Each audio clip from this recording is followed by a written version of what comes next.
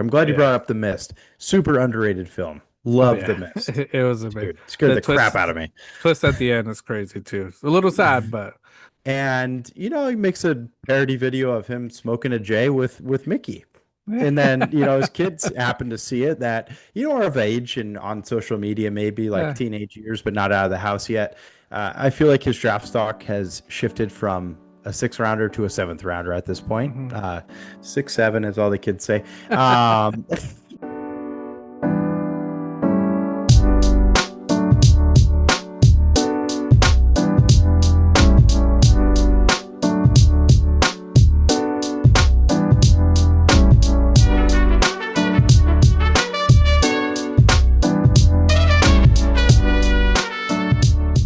All right, welcome back, everybody, to another great episode of Banter on the Rocks.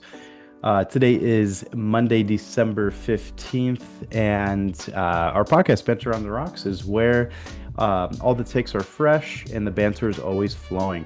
If you're new here, welcome. If you've been rocking with us, we certainly appreciate you. Hit that follow and subscribe button so you never miss a weekly drop. All right, so today let's get into our banter that we have set up. And it's absolutely loaded today. We have a lot to talk about throughout this week. Starting with our banter takes, we're going to move into some NFL topics and movie topics and bringing you all of our real talk, our reactions, and everything in between. And we're certainly going to have a lot more to add on to those topics as well. Um, let's get into our banter drinks of the week and what we're sipping on, why we chose it, and how it's fueling our energy for today's show. So settle in, pour something up with us, and let's get into it. This is Banter on the Rocks. And for today, I am going back to wine again, John. Been a couple weeks, going back to it.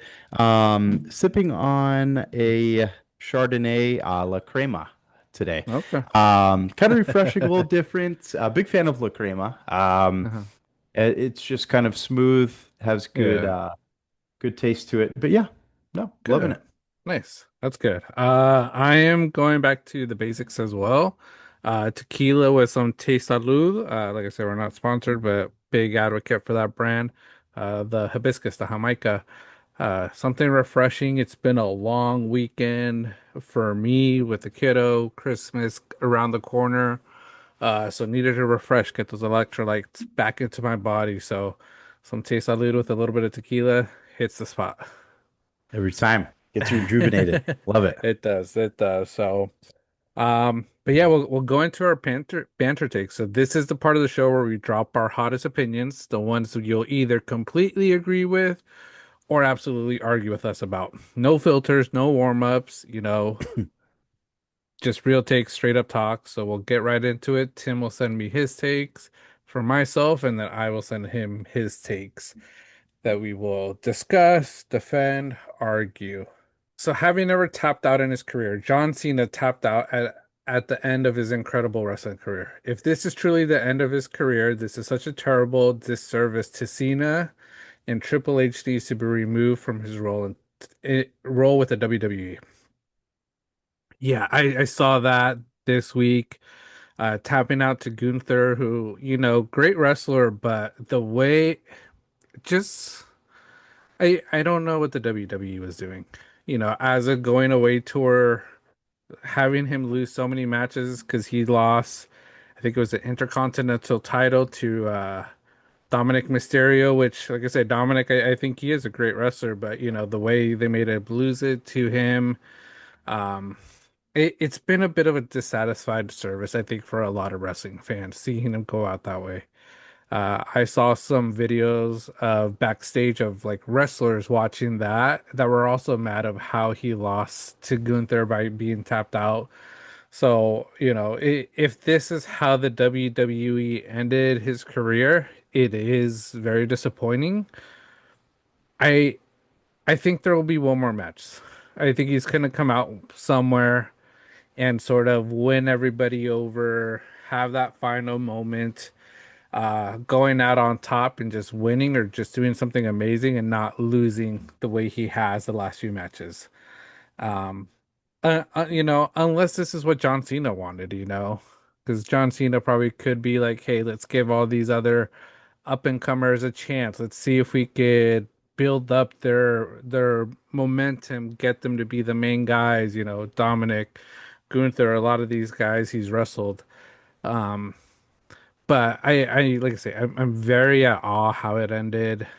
Triple H started when he took over for Vince McMahon. He started really well, bringing back some, no, I don't want to say old school wrestlers, but some wrestlers from the past, bringing back CM Punk, you know, Cody Rhodes after, they left the company due to probably some conflict with Vince. So it was going at a good pace, going at a good roll, and then all of a sudden it just started dipping the last few years. So um, disappointing to see. I don't know if you saw it, Tim, or just saw the highlights of it. Yeah, pretty much just the highlights of it. And then hearing, more about like, throughout Cena's career, obviously he's been, just an absolute powerhouse, within WWE for years and years and years. He's been a fan favorite. And, it's just kind of an odd way to go out. You never tapped Hmm. out in his career. And then all of a sudden, his final hurrah, he gets tapped out. And I just think it sparked a lot of reactions. And of Hmm. course, everybody's leaving that door open for another final appearance. Of course, John Cena's going around saying, that's it. Like, that's Hmm. totally done, blah, blah, blah. And I just think it's kind of disappointing, but maybe, let's just say he doesn't come back. Yeah. I think Triple H I think later maybe needs, to further Hmm. explain maybe the reasoning behind it if John Yeah. Cena truly does never return. Just because obviously we want to all see our legends go out, on a pedestal on a high, on a high note. And Yeah. it just seems like something like a tap out. I guess analogy wise, you can compare it just being, that's my tap out for my career. I'm tapping out Hmm. of this, blah, blah, blah. I'm sure that he's going to go on and continue acting and, do a whole lot of, more, within media itself. Yeah. But yeah, I just think it was controversial, the ending of it. Mhm. There's been a lot of mixed emotions from Legends. I don't know her, but CJ Perry, I guess, stopped by TMZ and Uh, said it was the right move with the way that John Cena mhm. tapped out, and there's been fans saying like win or lose, it didn't matter. Mhm. He still kind of made a comeback. I guess a lot of other people are kind of looking at earlier in his career that. Um, I guess with the heel turn, like they said that, I should have tried it earlier on in his career, and maybe he did, Yeah. and it was like a failed attempt, if I'm not mistaken. Hmm. Um, but yeah, there's a lot of mixed emotions in general, and I don't know if it's necessarily all bad, but quite frankly, it has us talking about it, so I Yeah. guess it's pretty contagion to the sport. But I don't know. It's just a tap out's a tough way to see a legend like John Cena go out. Yeah, and going out to a guy like I say, nothing against Gunther. He's a great wrestler. I'm not a fan of him. Hmm. I just don't like his style, so that's why maybe I'm a little like I'm not the biggest fan of what, I would prefer him to have gone out to Dominic Mysterio and called it there, than to Gunther, bring someone back like, CM Punk, to face him in his last ma match, someone else. Um, but yeah, if it is the way he's going out, it was still entertaining. He brought entertainment the last year for us. Um, Hats off to him on how he ended it. But like I say, it sort of reminds me of I don't think it'll be the last time we see him. It might be the last time he really has like a wrestling match, but I think he'll make appearances here and there, just like The Rock does. Just like I Undertaker doesn't do it as much anymore, but every now and then he'll come out, do, a few 2 minute match, something quick. Um, but like I said, the way Undertaker went out, he went out in his own terms, with a win at WrestleMania. And like I say, him not ending it at WrestleMania makes me think it's not just, it hasn't happened yet. I think he still has one more match. He's saying no more, but there's going to be a storyline they create that they probably have in the woodwork somewhere. They're going to start building it up. and then he's going to come out for WrestleMania. An injury to, say, Cody Rhodes where he can't wrestle. Okay, who's going to go against CM Punk? Here comes John Cena. His Yep. music's going to surprise everybody, and everybody's going to just lose their minds. And this next WrestleMania, I think, is it in Las Vegas this next WrestleMania? I think you're Uh, right. Because I think Fidel was talking about it not long ago, yeah. a Yeah, few so months back. yeah, and if it's in Vegas, it's going to be one of the biggest WrestleManias. Yeah, I'm gonna be there, so it's like, no, it's in New Orleans. New Orleans. Okay. Yeah, which is a place that has always had amazing WrestleManias, the Superdome. Yep. There's so many historic big fights that have happened there. Um, Sure. so like I said, I think he still make a comeback. Like I say, I'm not as in the WWE world as I probably was a few years ago, where I was following it a lot more, watching it a lot more closely. But I did see those highlights, watched a little bit of the entire Saturday night matchups. Um, but yeah, kudos to him. His heel turn, when it first came about, wasn't a big fan of it. I don't know if you saw how he started and made fun of the little kid, talk smack to Yep. him, brought the kid Uh-huh. back eventually, which I thought was a good way to sort of bring it full circle.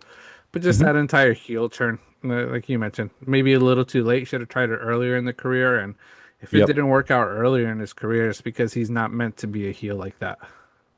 Absolutely. Yeah, completely agree. Kind of just should have stayed in his way, maybe not even attempted one. Hmm. But I guess it was just to obviously spark up a reaction. Um, On to Gunther. Is he somebody that is he a veteran wrestler or is he kind of up and coming? He's been around for quite a bit. I think he Okay, did one of the WWE shows with like the UK, and that's how he came up. got it. So he's been around for a few years. So not like a brand new wrestler, but someone I think that they've been trying to push, and I think he has a lot of support. But there are, like I say, you could say, people like myself who aren't the biggest fan of Gunther. Okay. I don't know if it's just his like how he does his segments, his little things, his wrestling style. It's just a lot of like, it reminds me of UFC. It's grappling, just choking people Ah, out, which it is part of the show. But I like to see like the more high flying type of action, the more brawler type, not just for choking sure. someone out, trying to grab someone to make them go to sleep. So. Yeah. Yeah, that's definitely not as fun in WWE, that's for sure. I think the theatrics of like Rey Mysterio or Mhm. other characters similar to him are much more fun to watch. Hmm. Just because, excuse me, after his match with John Cena, he called him a little bee, and he said, "It is my time now. I will forever be the man." That made John Cena give up. So I'm wondering if there's going to be some type of revenge tour, that John Cena might have, and meet Gunther down the road, Hmm. and make him tap out the same way, to kind of avenge himself, or what's going to happen. But it seems like, like you mentioned, like maybe there's a little bit of a push Hmm. for Gunther to take a bigger role within the WWE. But maybe a lot of fans are kind of feeling similar to you, and might not like that. So Yeah. again, that could fall back on Triple H also, depending on like the circumstance and why he chose Gunther to, make Yeah. Cena tap out. Yeah, it'll surprise me why it happened, and like I said, why Gunther out of all these other wrestlers that were out there. Like I say, Gunther's been a WWE champion. He's held the belt. He's been at the top of the game, but not for as long as other wrestlers have. So it shows that he hasn't had that aura to be able to keep it the way Cody Rhodes has, CM Punk, John Cena, Roman Reigns. But maybe this is another push for him, and maybe this is sort of like that heel type turn, taking down John Cena, talking smack to him, Because if you know John Cena, he has millions of fans out there, that were probably, shedding tears on Saturday because of his loss. So I'm Yeah, curious, but like I said, if I were the WWE, I wouldn't have ended it that way. I would have brought him back, had a final matchup with Cody Rhodes, Seth Rollins, CM Punk, Roman Reigns, some of these big names that bring a lot of it, like just great entertainment in wrestling. And even if he would have lost, I think it would have been a lot better than losing to Gunther. for So, sure. but that, like I said, that's my take as not as deep of a WWE fan, or not as deep into WWE as I was before. Yeah, no, it makes sense. I guess final note on this for me, Gunther should really take on the possibility of being a villain in James Bond. Yeah, Maybe the he'd be upcoming good. James Bond film that's rumored. Yeah, I think you'd be pretty good in it. Just looking at him in his black trench coat, just the look on his face. I don't know. You give him like a steel arm. Yeah. I think he'd be a perfect James Bond villain. It Let's sign. would be. He could be a very good villain, but Yep. one thing I've heard, and I don't know, and it's still with wrestling, but sort of goes off of the topic of John Cena, is it seems like the WWE restricts wrestlers from doing stuff that they don't agree to. Because, Yeah. one of the reports I read was Liv Morgan wanted to do a movie, but the WWE stopped her and told her she couldn't do it. And if that's the Huh. case, like I say, it's a little unfortunate because like Liv Morgan is someone who brings a lot of attention to the sport, to WWE. So, would they let Gunther do a movie like that? I think they would have to because it's a big name movie, but at the same time, they may not want to allow it just because they have other things for him and just contract wise, when you go do a movie, you can't be wrestling probably for 3 to 4 months, and that's the life of a wrestler is intense because it's Monday night if you're on the Monday Night Raw roster, Friday night SmackDown, and then all the open shows that they have throughout the country on the weekends during the week, and then the pay-per-views. It's like you're nonstop. Yeah, for sure. And that makes sense. Obviously they're locked into contracts Hmm. and have that part of the deal. But yeah, I mean if there's any leeway, steal Gunther, let him do his roles within a couple weeks. Yeah, Um, Give him that steel arm and let him be in a James Bond yeah, film. I think he's got it. Keep the name Gunther too. yeah. It's a good one. Gunther steel arm, something like that. Yeah, Badass. yeah. But no, that's a good take, Uh, John Cena. We'll see what happens with him in the future. I think he'll come back, but let us know what you guys think in the comments. For sure. Absolutely. All right, on to my take here. Jacob Elordi recently has a video where he tells paparazzi at airports that they are making it really hard to live.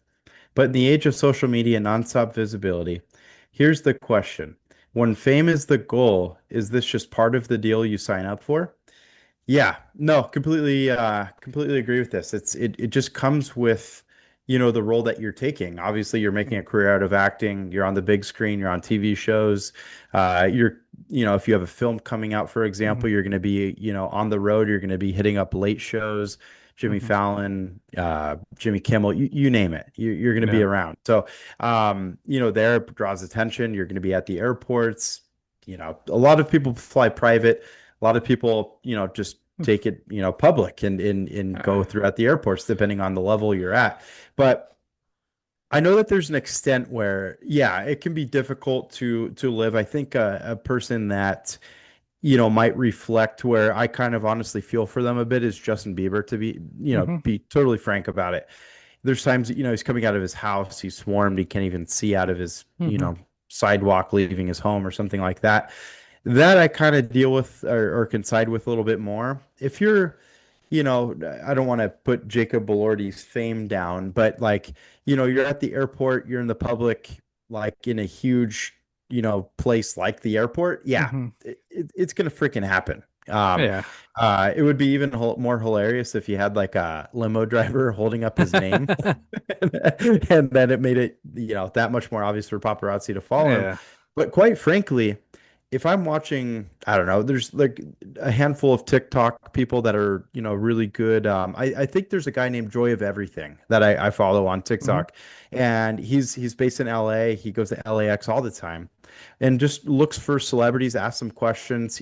He's kind of a wizard with his knowledge of famous people, Hmm. and he asks questions just right off the head, right off his dome. Um, and he's really good at it. And I feel like he does a good job, but there's a certain point where it's like, you're going one or two questions too far. Yeah. But again, like you're not just signing up for, roles in big major films, TV shows, stuff like that. You have to have an understanding of what comes along with it. Like Hmm. if you knock it out of the park in a film, you're going to be known everywhere. Like you're going Hmm. to be the next big thing. I'm sure it's going to be really cool to have that much attention on you, maybe for a few Hmm. months. Maybe you'll hate it. I don't know. And it'll get old after a while. But quite Yeah. frankly, I, th- I'm sure there's just a way you got to look at it positively and be like, you know what? Yeah, I was badass in that. And, Hmm. people are just here to ask me questions, is what it is. Yeah. Um, but yeah, know what you're signing up for because it's never going to stop. Like, Yeah. whether you're good mood, bad mood, it's just going to happen. Yeah, yeah, I agree. Like I said, you have to learn how to deal with it. His comments I understand, and I think you have a great take with, Justin Bieber. I think where paparazzi, I will say, probably takes it overboard is waiting outside of people's houses. Especially those that are struggling mentally, having some difficulty, throughout their lives, careers, whatever it is. Waiting outside their house is a little bit more inappropriate in my mind. But it's like if you're going out into the public, you're going to the airport, you're going out to eat, you're going out to watch a movie, like you have to be prepared to be bombarded by fans because, like I said, you're a celebrity. There probably is, an unconditioned like writing on your contract that you will be famous after this and you're never gonna have your life back. Because everything you do is going to be under a microscope and like with social media, internet nowadays, even like private planes, people know how to look up these jets, these private planes and know Oh who's yeah. traveling where. So it's like you're never gonna have freedom, but that's one of the prices you pay to be this famous. And it's not just the fame you're getting, it's the money because like I said, these movie stars are making millions upon millions, and even those that are barely cracking a million, that's more than some people make in their lifetime. So you are so very well off, and that's what comes with, the fame of anything, TV, movies, sports. Um, what else? Like I said, it could be anything that's just popular, and especially if it blows up, you're gonna be known. And I think Jacob Elordi, he's a young actor, telling people that it's making it really hard to live when he's at the airport. Well, it's just part of it. People are always waiting at the airports. You see a lot of paparazzi.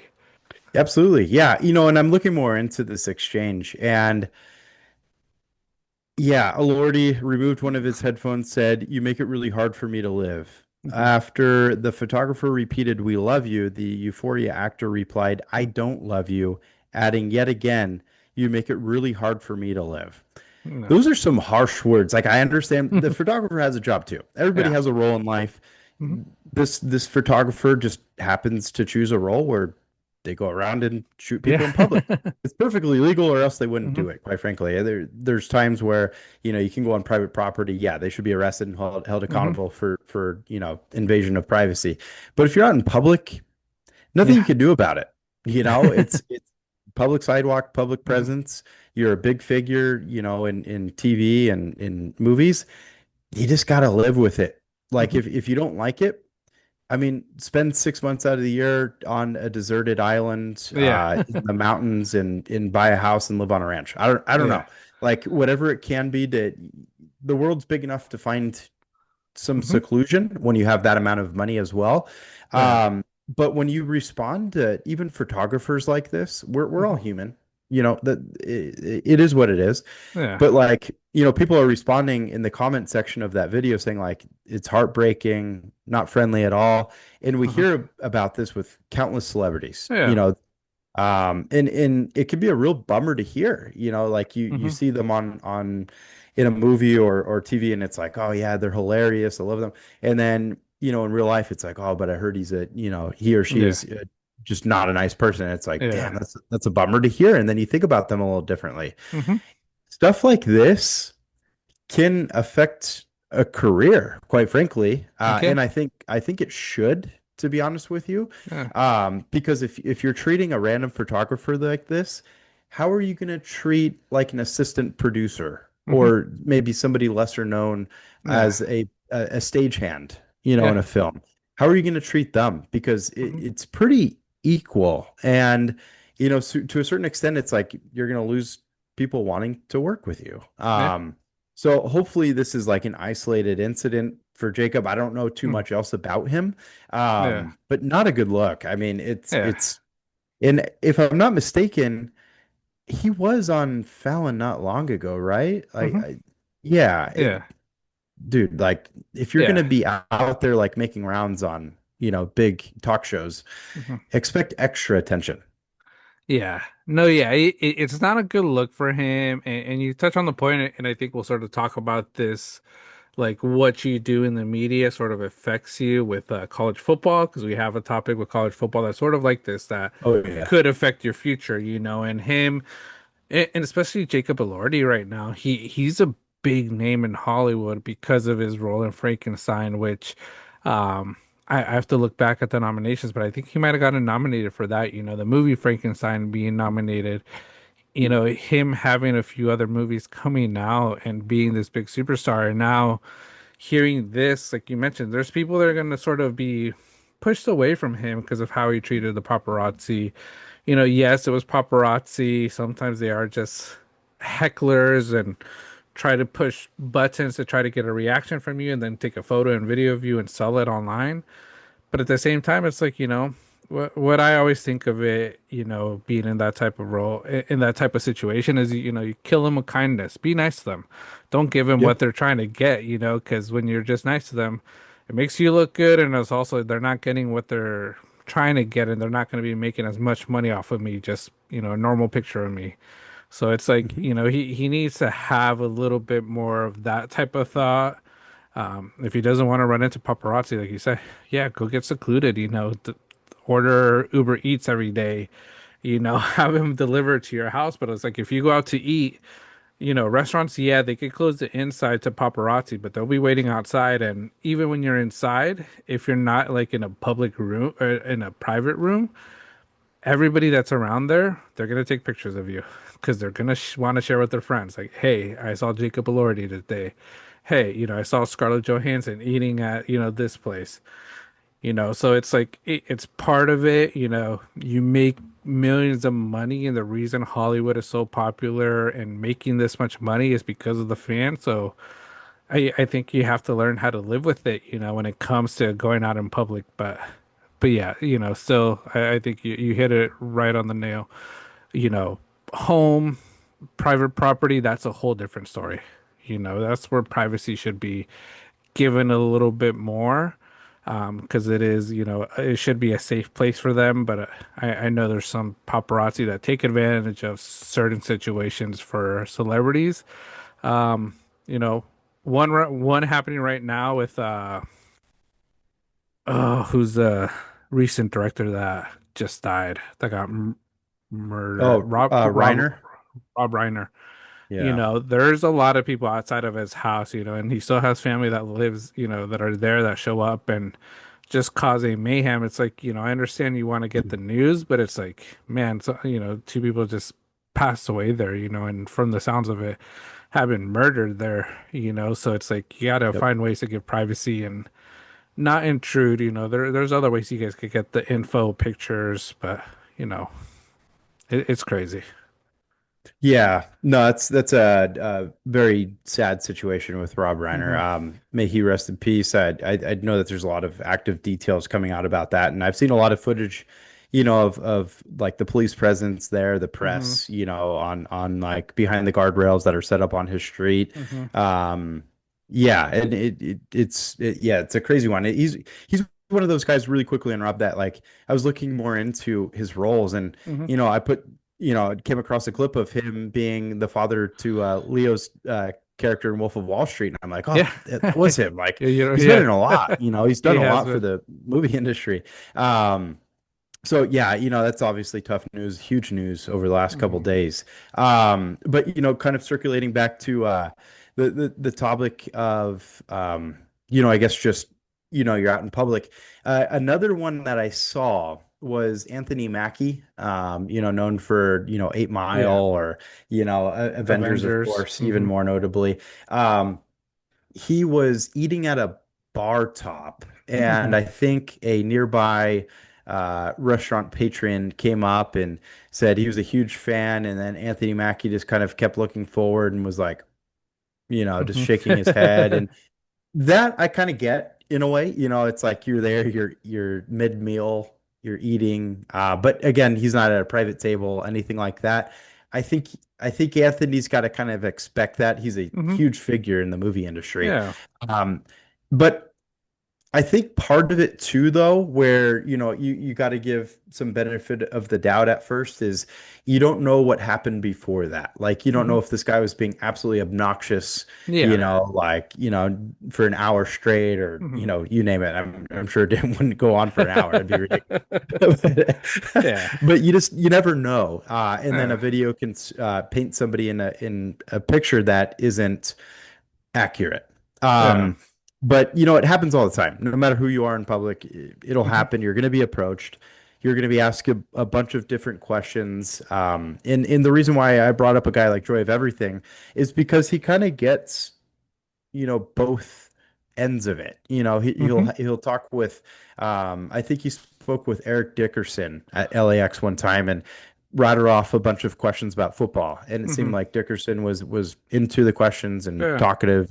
You're going to get different sides to people and those are the cool moments, but the tougher side of things is like this Jacob Elordi incident. Yeah, yeah, it's gonna happen. Like I say, it comes with, like you shared Eric Dickerson. It doesn't just happen and I think I said it doesn't happen with movie stars. It happens with sports stars. It happens with Mhm. TV stars.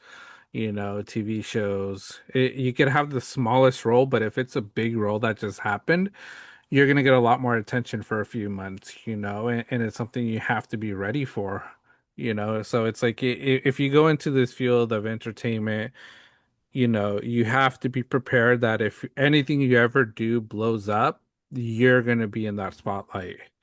You know, Mhm. I, like with us, I've talked to Vera about this because I'm like, if it ever happens, I'm like, it's a long shot, but I'm like, if this blows up, like, be prepared that, Cool, John.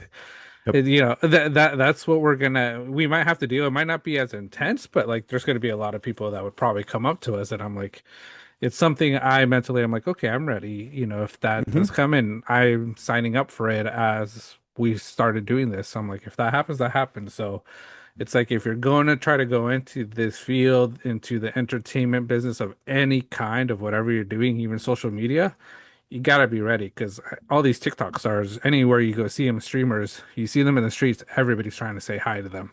People are swarming them. Absolutely. Especially, vloggers, people that are out and constantly filming, Hmm. 23 hours of their day. Like, yeah, they're going to draw attention, Hmm. even if they're not, trying to look for it. It's Yeah. it's just going to happen. Yeah, and that's a perfect point is like, newer actors, if when we hit it big, it's gonna happen. Yeah. It's just one of those things where, like even like there's no shame in like even taking classes for public speaking or Hmm. talking with I don't know if therapy would cover something like that, but like talking with people that might have experience and stuff like that to like be like, Yeah. oh yeah, here's some tactics that will get you out of a conversation you don't want to have, or if you're busy, blah blah blah. Hmm. Like, but again, kill them with kindness is the perfect way to put it. My mom would constantly say that to me. If hey, somebody's bothering you, just kill them with kindness. That's Yeah. the best thing you can do, and it's just going to get that person to either leave or just not get what they want out of you, Yeah. and that's it. But again, like the guy photographing, Jacob Yeah. Elordi, he's probably eating this up because it's like, oh yeah, you got a reaction out of Yeah. somebody. It's Because making headlines. look how many views he's getting. He's getting the Oh yeah, attention. He's gonna get some monetization from it. And if Jacob Elordi would have just been like, "Oh, I love you too, man," and then just walked away, it wouldn't be getting this type of attention. at You all, know? at all.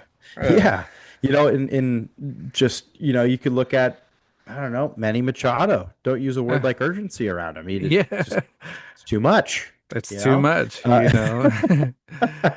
but it doesn't matter who it is. It's Mhm. you nailed it. Short and sweet. Just kill them with Mhm. kindness. Always. Yeah. It's the easiest way out. Yeah, and answer the questions. If it gets too personal, just sort of just being, that's a little bit too personal for me. I'll answer anything else, things like that. So yeah, I saw it and I was like, man, it's just a bad look for him, and I think it just sort of goes into other topics we have. So that's why I wanted to bring it up, just with that Hollywood side of it. Absolutely. And yeah, well, let's keep it Hollywood with this next one here, John. I'll send it over to you. Okay.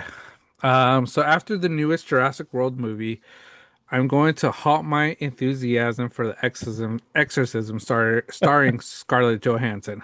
Wow. Yeah, Scarlett Johansson is a big movie star. She is a big name. Great to get people in the theaters, but we talked about this a bit. Scarlett Johansson doing The Exorcist, going into horror could be something new for her. But we can't give her just everything yet for doing this and saying she's going to Mhm. be the biggest star in horror or it's going to be the biggest horror movie ever, because if you've watched the newest Jurassic World, I think it's Dominion, is it? Or Yeah, I think no. that's right. No, it's Mm, like new age, something like that. yeah, Let's see. yes, something like that. Um, but Rebirth. Rebirth. So, that movie was supposed to be big. Had big stars, not just Scarlett Johansson. But it just didn't live up to what I think Jurassic Park fans had in mind. And it sort of shows that big names can't always save a movie. So that's why Exorcism, I am excited because, like I say, Exorcism is a great horror movie, the original. Scarlett Johansson is a big name that could make a big difference in the movie. But what it's gonna look like, I think the one thing is I'm not gonna be as excited saying, "Oh, this is gonna be the best movie." Is I'm just gonna go into it a little neutral. Let's see how it goes. I know it could be amazing, but I also know it could be a total flop and not have high expectations, because I think that's where a lot of people sort of it went wrong for Jurassic. I think a lot of people had high expectations based off the actress, the actors in it, based off what they saw in the previews. Because the previews looked pretty awesome. It looked like it was going to be like a very good rated R movie, and it was Hmm. very close to rated R. But what the new Jurassic World had was some horrible dinosaurs, some Yeah. horrible. The genetics of it, I think, was a little too much, and it should have not gone that route. It should have been something more original with just original dinosaurs, and I think it would have done a lot better. Yeah, completely agree. And I'll say it. I feel like we're fans of Scarlett Johansson on this film or on Hmm. the show. Her role in Marvel was absolutely incredible. She's had a ton of other roles, of course, Hmm. but um, and I feel like with this take it, it's good. Hmm. She's a humongous named Yeah. actress in the industry. And I think, the other side to this is like, she's that big name. She's going to get, a lot of attention. She's going to get a lot of people going to watch, a certain Hmm. film that she's in. And just even if like the script itself is terrible, and I Hmm. think that might be exactly what happened with Jurassic World. I think her acting was fine, but it's like the role she had to play in a movie that had, mutated dinosaurs was just like you'd see the dinosaurs and you're like, is this like a alternate Godzilla at this Yeah. point? Like, what are we watching? Um, and it was just like, meh, and the ending was kind of cheesy in my opinion. There could have been a little bit more to it, but like, again, big name actors, you try to pull an Hmm. audience in with like a lousy script. And I think that's No. what surrounds Jurassic World, I should say, with this recent film. And I think that's why, your take kind of hits it right on the nose is like, we should halt our enthusiasm for future films involving Scarlett Johansson because she's the biggest name we know of. I don't know Hmm. what other supporting actors will be in it. That might be more of a pull, even like, Yeah. bring more attention to it with a lousy script. Obviously, Exorcism hasn't been anywhere near as good as the Yep. original was. And I think that's just a reason to halt it. It's not Hmm. totally against like, Scarlett Johansson. I think it's just the situation she's put in, and you can't blame her Yeah. for taking it. This is, it's a different role. She hasn't, from Jurassic World, she hasn't been in any of the Jurassic Park movies, Mhm. and then she goes into horror, and that's new for her. Yeah. I think it's great, and I'm sure it's just furthering her career and what she's been Hmm. in. But yeah, altogether, it's the scripts can be questionable, and I think that's what Yeah. it was in Jurassic World. Yeah. Yeah, this the script was questionable. I think they had a great concept because of how the last Jurassic World, the last series of Jurassic World sort of went, sort of with the genetics of making a dinosaur. But like I said, what they made was sort of something out of a kid's drawing, what they think a dinosaur looks like, not something we would ever expect, and how I think the one cool thing that you could probably take from it is how genetic, testing could sort of mess up things that you think are going to be perfect. Because, like I say, Mhm. you're probably looking for a very scary dinosaur and you probably expected something totally different and it looked like that. That's what you came up with, which is unfortunate. Um, but yeah, this next movie, I think they might take a little longer to make it because I think they know they have to try to hit a home run with this. Because Mhm. horror, we're big horror fans. You guys, if you've been listening to us, we talk a lot of horror movies. Horrors is up and coming. It's gonna be a big movie. Frankenstein is out, is a Golden Globe nomination, so that is showing that horror type drama movies are making a push. And, this Exorcism movie, if you can make it a horror drama, could be nominated for a Golden Globe, could be nominated for an Oscar, if it's a real good script with good acting, good directing, and all that. So, like I say, we'll see when we hear more what it's gonna look like. But it's sort of what I've done with a lot of these big movies is I try not to overhype it in my head, no matter how much hype it's getting, and just try to go into it neutral, because I don't want to be disappointed by something not being amazing, but also it's not bad, but it doesn't hit my expectation of amazing. I think the Mhm. last movie I think of like this that I enjoyed, I've heard other people saying it wasn't that great, but what I liked was How to Train Your Dragon, the live action. And the Okay, reason yeah. I liked it because I've always wanted a live action sort of to match the animation, and this movie did it perfectly. But I went into it prepared that it was just gonna botch everything I knew about How to Train Your Dragon, that first movie, but they hit it right on the dot. So, it's one I enjoyed quite a bit and not going into it too overhyped. Yeah, yeah. Temper your expectations, as we are with the exorcism. I think that's the perfect way to put it is like, you just gotta pump the brakes and Hmm. just be pleasantly surprised, I think is a better way out of, film sometimes. Yeah. Um, versus just being over enthused and then just disappointed. Not to say that me, for example, I was over enthused going into watching Jurassic World this past week, but um and I know I'm a little late to it, but like it was a good watch that got me through a couple lunch breaks. We'll Hmm. put it that way. The Yeah. cast was good. I do feel like these films, though, I was talking with my wife about this. Uh, I feel like movies like Jurassic Park have become incredibly predictable on who you think is going to get eaten. Oh yeah. throughout the film, and I think I was 100% on that. Like I was Yeah. like, oh, God, she's gonna go, and he's probably next, and yeah, and it panned That out that way. happened. Uh, you know, and then it's like and then one main character is gonna go, and it Hmm. happened. So That uh, happens. yeah, so Yeah. um, yeah, it was good in that sense, and Yeah. then the mutated dinosaur thing. Sorry, Hmm. spoiler alert, low key here. They took it straight out of Godzilla, like the smoke cloud, and then it's eating the helicopter as Yeah. it comes into visibility. Straight out of Godzilla, like Hmm. just pulled that card right out. That's why I thought Yeah. it was just like a low key expansion movie, and they're gonna morph the two Yeah. later. I don't know. But yeah, no, yeah, and like I say, it's something you'll see in a lot of movies. They take references from others, Hmm. sort of some of those shots because they're big in other movies, but it might not work out in your movie depending on what you have. And like I say, I think it would have worked out a lot better if it was like this big old T-Rex, just an OG dinosaur, compared to a mutated dinosaur. It could have looked a lot better, would have been a lot better received from others.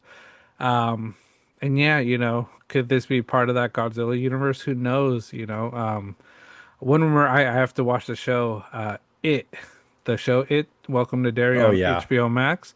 I got to do that Rumor too. rumor has it, that that's connected to like a lot of Stephen King movies. So The Shining, it's connected Hmm. to The Shining. It's connected to The Mist. I forget what other movie, but there's connections Love in the the mist. show, that sort of connect Welcome to Derry to all his other movies that have been made, which I think is really cool because it's a Stephen Yeah. King universe now. Hey, I'm sure we're totally down for it. Hmm. Yeah, I got to catch up on that show. I Yeah, keep getting alerts that there's a new episode out on yeah, HBO. So, and I've yeah. seen too many clips. I feel like I've seen like previews to things before it happens, and I'm not going to turn away from it because I don't know. Just if I have it right there on my TikTok, it's like it looks good. I'm going to keep watching. Yeah, Um, and it looks really good. It looks like a great yeah, show. It looks scary as hell. yeah, Um, yeah, Stephen King, knocks it out of the park. I'm glad you yeah. brought up The Mist. Super underrated film. Oh Love The yeah, Mist. it was amazing. Dude, scared The the crap out of me. twist at the end is crazy too. It's a little sad, but crazy. Yes, very crazy. Yeah, and it made you leave the theater thinking, Yeah, you know. Um, yeah, great film. yeah. Good No, reference. awesome film. But yeah, Jurassic World, Scarlet Joe. We'll see what happens. With the Exorcism, I'm hoping it ends up being a good movie because I like horror. We like horror. Absolutely. All right. Leewaying into more, I guess, media news here. Disney is reportedly investing in OpenAI and licensing over 200 of its most iconic characters for AI platforms like ChatGPT and Sora. This could completely change how we experience entertainment, but is it innovative? Or is it innovation or a risky gamble? Yeah, right off the bat, risky gamble. Risky ass gamble Hmm. because I see Sora. And then I think because we've dabbled in Sora. I had a Yeah. blast on there for about a week. I should go back to it. It was a lot of fun. Um, but with Sora, for example, you put Mickey or some of these iconic characters into some situations that Mickey wasn't supposed to be involved with. Uh, Yeah. as we've seen with SpongeBob. They had to Hmm. remove SpongeBob, for example, and then I Yeah. think they eventually moved on to all cartoons from Sora. Um, yeah, it's interesting that they're going this route, to be quite frank. And I don't know, as somebody that sees this, I feel like it's a bit disappointing. That's why I think I go with risky gamble because Disney is built off of like innovation, thoughts, creativity, Mhm. for its brand altogether. So if you're going Yeah. to go to something like AI, it's just it seems like an easy way out where you're not using a human mind to develop things. Yeah. I like AI a lot. I'm not going to, totally shoot it down because, if it takes over the world, I want to be on its good side. Yeah. And as a podcast, I hope we can continue if AI, takes over the world. But, altogether, I feel like that experience when you go to Disney, it just has that touch of human element. And that's what it's really based off of. I Hmm. don't know where they'll take this. If I'm OpenAI or like, Hmm. ChatGPT, Sora, obviously this is money in the bank. That's going to be, a big deal and going to bring a lot more, Yeah. investing into, what it's developed. But it's a big risk because, Hmm. like I mentioned, what is it going to turn into? What are they going to develop out of it? Is it going to be kind of taking forms of, um, I guess something that just came to mind as I'm thinking here in my brain Hmm. is I don't know if these characters are going to strictly be like the cartoon forms of people or if we're going to involve like human characters Hmm. like Spider-Man, if we're going to include, all Marvel characters, Yeah. and go that route. Because if we're going to go that route, that's going to leeway into takes we've been talking about for months now, which is, everything from stunt doubles to Hmm. cameos to maybe full-on feature film roles Yeah. that, like, use the NIL for somebody, Yeah. pay out. I don't know. I'm not saying he's involved in this, but Tom Holland, you're going to use Tom Holland's Yeah. NIL for this, and he's not going to lift a pinky Yeah. and, reap the rewards of it. Yeah. I hope that's not where it goes. I can see them using AI for, I don't know, small cameos, things like Hmm. that. It'll be a little disappointing, but at the same time, maybe that's what it'll be used for. But it's questionable. Like I said, it's just kind of disappointing. Disney, again, it's built off of creativity, and this is going the opposite direction of that. Yeah, I think it's a risky gamble because, like I said, what they could do with AI, and you mentioned is Sora. Some of the stuff you do in Sora is just so outrageous and crazy, and including Mickey Mouse, including some of these childhood characters that your kids or even you watch, Woody, and Buzz Lightyear doing some crazy things. It's very risky, but I think what they're trying to do is they're trying to be the first to Hmm. really partner with these AI giants and see how they could sort of build off of it and make AI more mainstream. Because I think one of their goals is sort of to get Disney back out there. They've gone come under a lot of scrutiny with a lot of their decisions they've made as an organization, from the Jimmy Kimmel stuff to some of the movie moves they've made, theme park stuff, cutting jobs, things like that. So I think this is them sort of trying to find a way to get people back because when the Jimmy Kimmel fiasco happened, a lot of people ended their Disney accounts and probably haven't reopened. So how do Hmm. you make Disney popular again is let them use it for this Sora social media AI stuff because everybody is using AI. I think everybody is finding ways to use it to be successful, support, and Disney sort of wants to be the first. They want to have their footprint in, so when it does start making a difference in Hollywood, they're the pioneers of bringing AI. But it's always going to be a risky thing because there's a lot of people against AI, even famous people that don't want it. I think we're moving too quickly into AI, and we might be moving too quickly. But the way technology is nowadays, it's going to go at warp speed. For sure. Yeah. And you're exactly right. While you were talking just about like what they're going to use like AI for, trying to get Uh, their way back into the game, it just made me think of like how this could be such a bad like brand killer.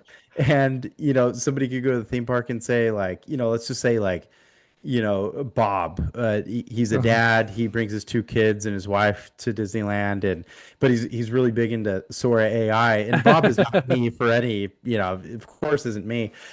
Just using Bob as an example. Bob goes there and he's just really into Sora, and he makes a parody video of him smoking a J with Mickey. And then, his kids happen to see it that, are of age and on social media, maybe like teenage years, but not out of the house yet.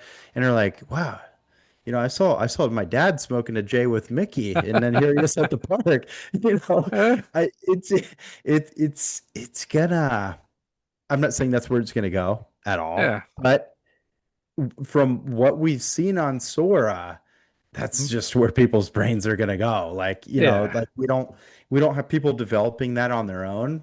Yeah. Like, so Sora AI is a quick like 5 minute thing where you just give it a prompt and it's going to come up with that. So, but just funny thing that kind of came to my brain. That's I don't know why it went there, but it does. Uh, but yeah, I think a good use if Disney wants to sign us up for this after that last comment, is you could use AI for maybe some of the rides even. You Hmm. could be like the quick video presentation before you hop on a new ride or like Avengers, you need like a quick like battle scene to kind of present like what the ride Yeah. is all about. I think AI could be perfect for that. You're not gonna, you have to get a whole cast and crew out, and use that instead. I think that's the Yeah. perfect opportunity. To kind of use this to your advantage. It might be good. Hmm. And you can also, again, make yourself seen by saying, yeah, we're kind of getting Hmm. innovative and using things like artificial intelligence to Yeah. further our platforms. Hmm. Yeah, and I don't know. I guess we'll see where they end up going with this, but like where my brain went, I hope it doesn't go that way, but I mean, if you're giving the, licensing over to Yeah. Sora, that's what's going to happen. It could work out well. Like I say, I think the generation they're sort of aiming for is the younger generation, and they do make questionable decisions on Sora, videos they make.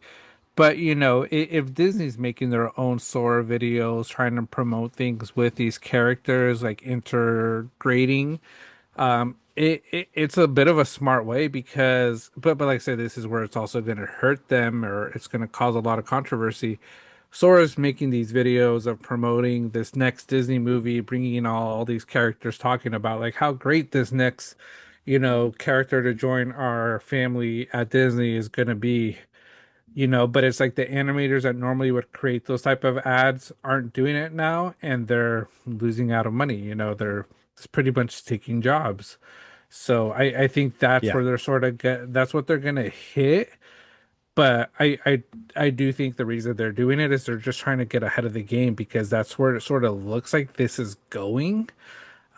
Because there's always going to be a lot of backlash from I think a lot of people in Hollywood right now about AI, the creativity, and taking those type of jobs.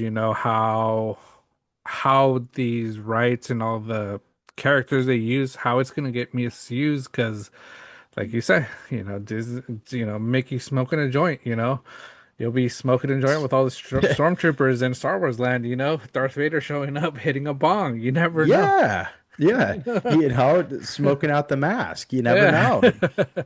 Goofy, it's in his name. Get a little goofy with it, and Yeah. that's where you end up. But Yeah. you're exactly right. Like, it just depends on where they go. One thing I do ask though is for the love of Mike, do not let AI take over your customer service. Oh Just yeah.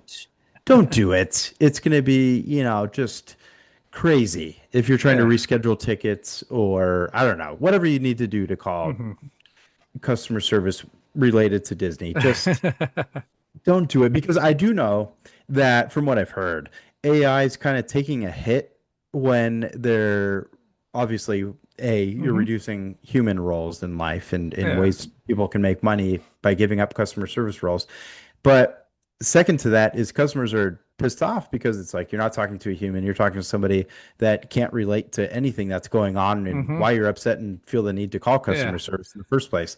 Like, yeah, Yeah. people aren't liking it, and then they're like, "Oh, dude, your AI sucks. Yeah. I'm gonna go back to humans again." And now they're looking for something else. Hmm. Um, but yeah, Disney, just I don't know, use it for your rides, Yeah. or use it for ways you can make lines go a little faster. Yeah. That's pretty good. Hmm.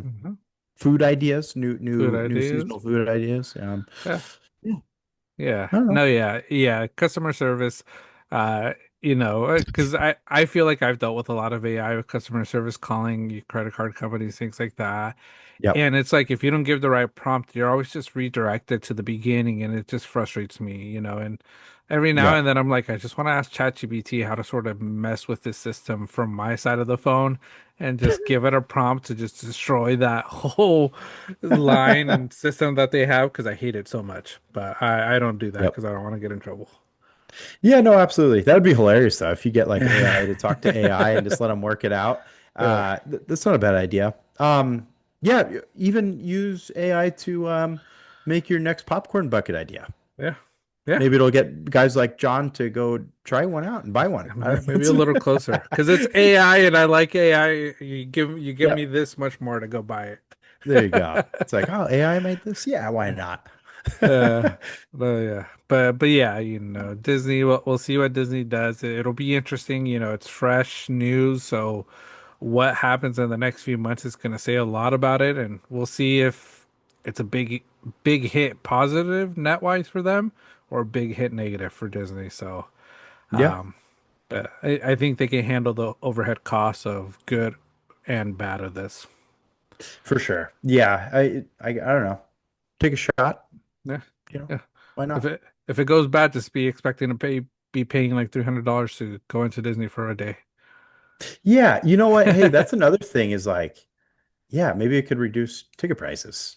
It Doubt could. it. Yeah, I think it'll Doubt it. increase it if it Strongly doesn't go doubt it. well. Yeah, exactly. It's like, oh, we're gonna have to double up now. Yeah, yeah. Well, so we'll see. But yeah, those are our banter takes for today. Agree or disagree, drop your thoughts in our comments. We want to hear where you stand on this week's banter takes and just anything else you guys want us to talk about. But we'll go into a little bit of NFL talk. We won't go game by game the way we have in the past. We'll sort of, because we still got quite a few things to touch on. But talk about some of the main games. First one on the list is Ravens Bengals. My Ravens, uh, a good 24-0 win against the Bengals. Shutout win. Good to see Lamar Jackson, subpar game, 150 yards, two touchdowns, one interception. Derrick Henry, being able to run it. I see Keaton Mitchell every week getting a little more, a little more. So I'm Love it. excited to see that. But overall, defense did well. Good win. Still outside of the wild card after the Steelers won, or not even the wild card, just to win the division. That's the only way I think we'll make the playoffs. But good must need win for us. We got a big 3 weeks coming up because we got the Patriots, who we'll talk about a little bit. We got the Packers, and then we got the Steelers. So that Steelers game could be a decisive game for us and the playoffs. Yeah, Steelers, keep winning, or at least won this week. But yeah, no, this was a good turnaround game for the for the Ravens. Lamar getting the win, only needing to throw 12 times. Hmm. Defense did a whole lot to stop the Bengals. Yeah. Joe Burrow almost sold my fantasy playoffs in another league. Shouldn't have started him, but whatever. Uh, I don't know. Quick thing on Joe Burrow. I guess he had a closed door meeting with the team after his comments last week Hmm. regarding just his I guess love for the game. Hmm. Maybe clarified some things. I hope it's just related to maybe injuries and stuff like that. A Yeah. figure like him, we want to see him in the league for years to Yeah. come. Hopefully that's all it is, and he can shake it off and move Hmm. forward. It's been an off season for that franchise altogether, not just him. Yeah. But yeah, this other thing just to note was Van Noy, really cool. Oh He posted it yeah. as well. I sent it to you. You know, Yeah. him getting the pick, but then handing it off to the young buck to take it the rest of the way, Yeah. because he knows he's not going to run that 98 yards And all the way back. He hasn't got it in yeah. him. Oh yeah, Pretty cool, he has to save those hamstrings and those muscles for the playoffs if we can make that run. right? Him trying to make that run, probably calling for an injury. So smart move from him because we need that veteran defender with the way our defense has played at times. So Yeah. yeah, that's that game. Next game on our docket, Eagles versus Raiders. Uh, Shutout win for the Eagles, 31-0. A Hmm. lot of people saying Eagles are back, Eagles are back, but Mm. I don't know why it's always against this team, but anytime someone does well against the Raiders, they're like, look, they're the stuff, Shador Sanders, he's the top tier quarterback. Yes, he played well, but it's the Raiders. Yes, the Eagles won. Jalen Hurts, three touchdowns. only had to throw 15 times, but like I say, it's the Raiders. Exactly. Yeah. No, it's Eagles defense is good, don't get me wrong. Yeah. But the Raiders, the 29 yards passing, Yeah. 46 yards on the ground. I think the second team offense for the Eagles that came in for part of a quarter in the Uh, fourth outgained yeah. the Raiders for the entire game. Just unbelievable. Again, we talked about it. Bowers, Genty, Crosby, we feel for you.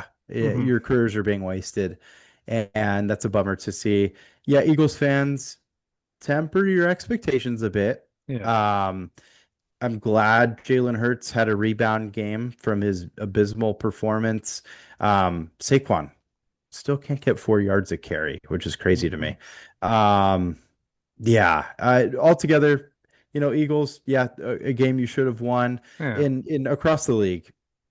I think everybody should get a good opportunity to play against Vegas. Just a Yeah. good reset game to make you feel good. Yeah.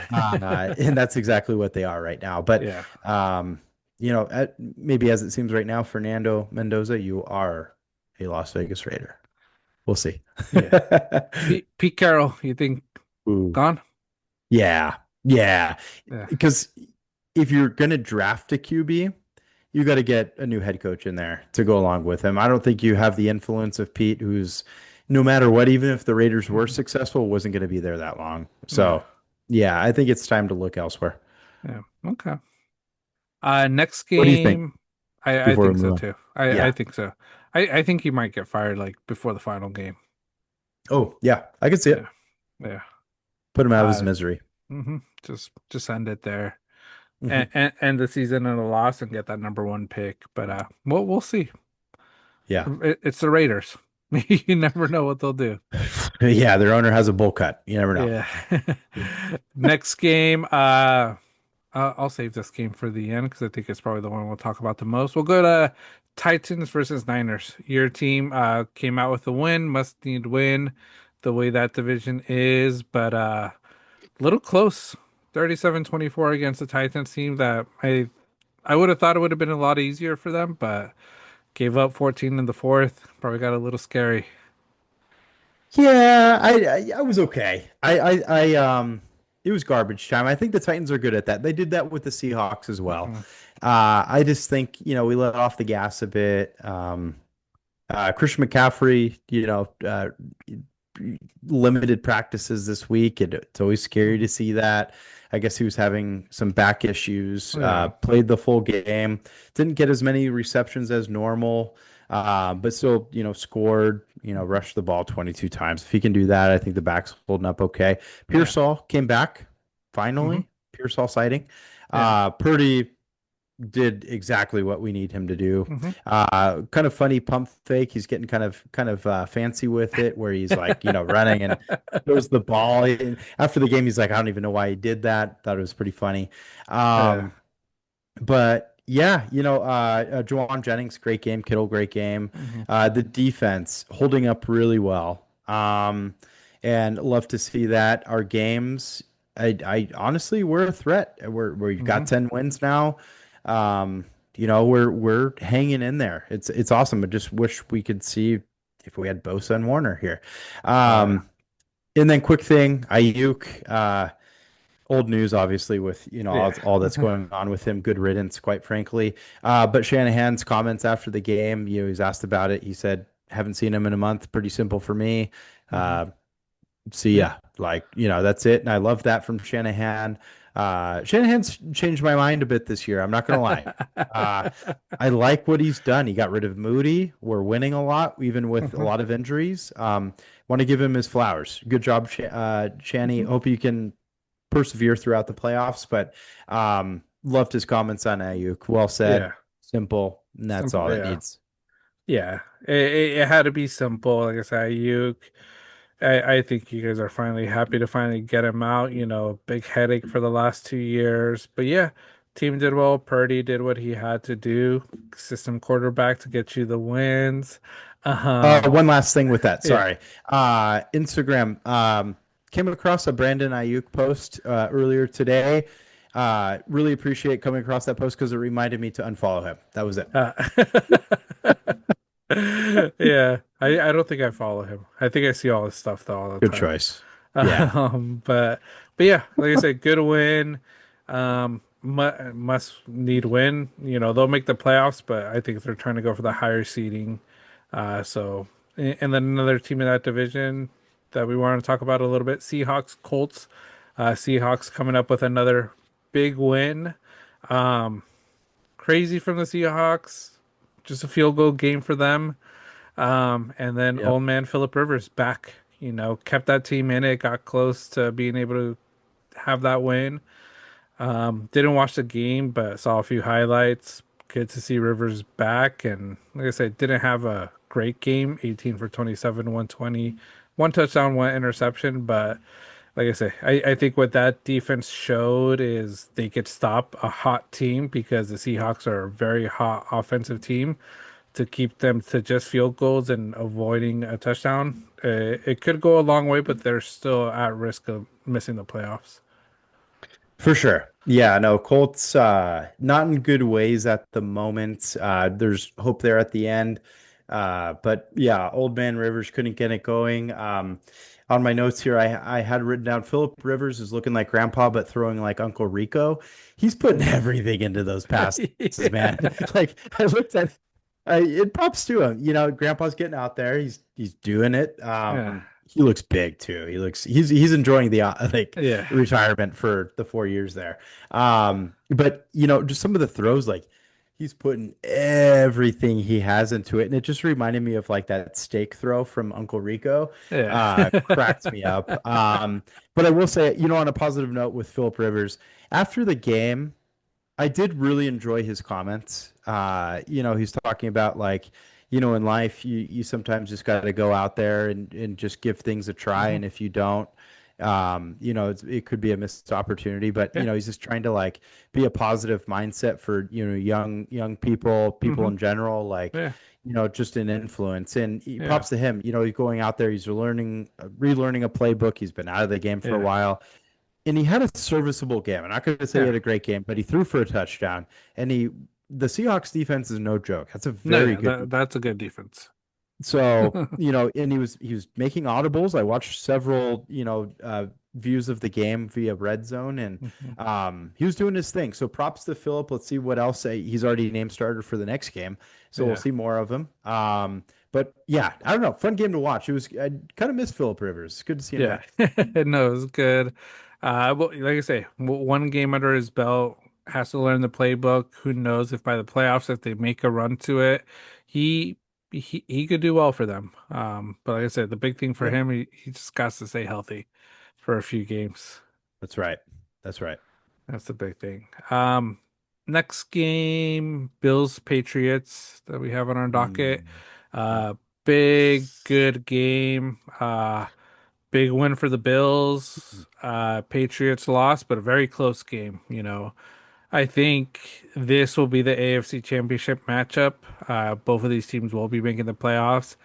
And with some of the news that we'll talk about in a bit, this is Josh Allen's time to win it, and it's also Drake's May time to start a new dynasty. That's exactly right. Drake May started off great in this game. Hmm. Two early rushing touchdowns. Travion Henderson had a phenomenal game as well. He is the real deal. Don't mess around with Hmm. Stevenson anymore. Um, but second half, he just kind of has trouble closing out games. They're up Hmm. 21-0. Patriots fans, Dave Portnoy especially, feeling very confident being up 21-0, Yeah. just to eat their own words later in the game to lose by 4. The Yeah. Bills, they're absolutely a threat. Anytime you have Josh Allen on the field, quarterbacking, you Yeah. never count them out. He hangs in there. He had a phenomenal game. James Cook, just a beast this year Hmm. again. Um, but yeah, this is the AFC East battle. With this win, what could have been a win for New England, that would have sealed the deal for the AFC East Hmm. and made my prediction finally come to a rest, but it's not there yet. But phenomenal AFC East finish between these two teams. Hmm. What a battle, fun. But yeah, Josh Allen can just can't count them out. No, you can't count him out. And like I said, good win for the Bills. I think that's the momentum push they need to go on to this playoff run. Like I said, Patriots, I want them to lose next week because I need my team to win because it's Ravens Patriots. Because Oh, if we lose, I think our season's done for. yeah. Bills have the Browns, so uh, should be a simple win for them. But we'll see. So yeah, good game. Like I said, sad for my wife, that side of the family, because they're big Patriot fans, but still they're in the playoffs, so still be happy. That's right. Be It's a lot happy. better than 4-13 last year. So, Yes. Yes, a lot better. And then the last game we'll sort of touch on with the NFL, Chargers versus Chiefs. I had this. I wasn't sure. I was gonna say ding dong, the Chiefs are mm. dead. They're officially dead. The clouds They have separated. The sun is out. the house landed on them. And what I will say, it's unfortunate how Patrick Mahomes went down. ACL tear. It's not something you want to Yeah, see as a fan because from the looks of it, he might be out pretty much the majority of next year, and that means the Chiefs have another excuse of why they won't make the playoffs next year. yeah, But like I say, it's a guy that brings good football when it's competitive, when the stripes aren't behind you. But like I say, and you never wish that for any player, an ACL type, season-ending injury. for sure. Yeah, no, that's certainly not good for Mahomes. You feel for him. Hmm. We talk a ton about obviously the Chiefs, but our takes are certainly different than what the media likes to put out there with Hmm. favoring the Chiefs and being their hyped bandwagon. Hmm. We've kind of we predicted the Chiefs fall off this Hmm. last off season. um Regardless, it was going to happen because even if they won this game, their chances of making the playoffs were still incredibly slim. They needed a lot Hmm. to go right for them, and there's just no guarantees of that happening because it wasn't in their hands. Um, but Mahomes, of course, wishing him speedy recovery because when he's out there, he's fun to watch. Don't get me Hmm. wrong, but it's just the calls that go his way are a bummer, and Yeah. we recognize what he's done in his career. He's good, he's great, Hmm. but it's just the Chiefs and all the backup they've always had that it's absolutely worth talking about, Hmm. and it's told you so, quite Yeah. frankly, from Banter on the Rocks. We saw this coming. It's time, and but part of our take, John, was it wasn't just this season; it was like years to come that they're in trouble because Yeah. we talked about coaching staffs, we talked about Hmm. the development of what the teams have around them. The Chargers and Broncos do not look like they're going to let off Oh being no. top dogs for a while. The Chiefs are going No. to need to make drastic decisions. Yeah. We might be seeing the last time Mahomes and Kelsey will be on the field at the same time as well. Hmm. That's another thing worth noting. Kelsey, I will say, I like him. He's good. Um, he's not Gronk. The GOAT Hmm. conversation doesn't need to happen.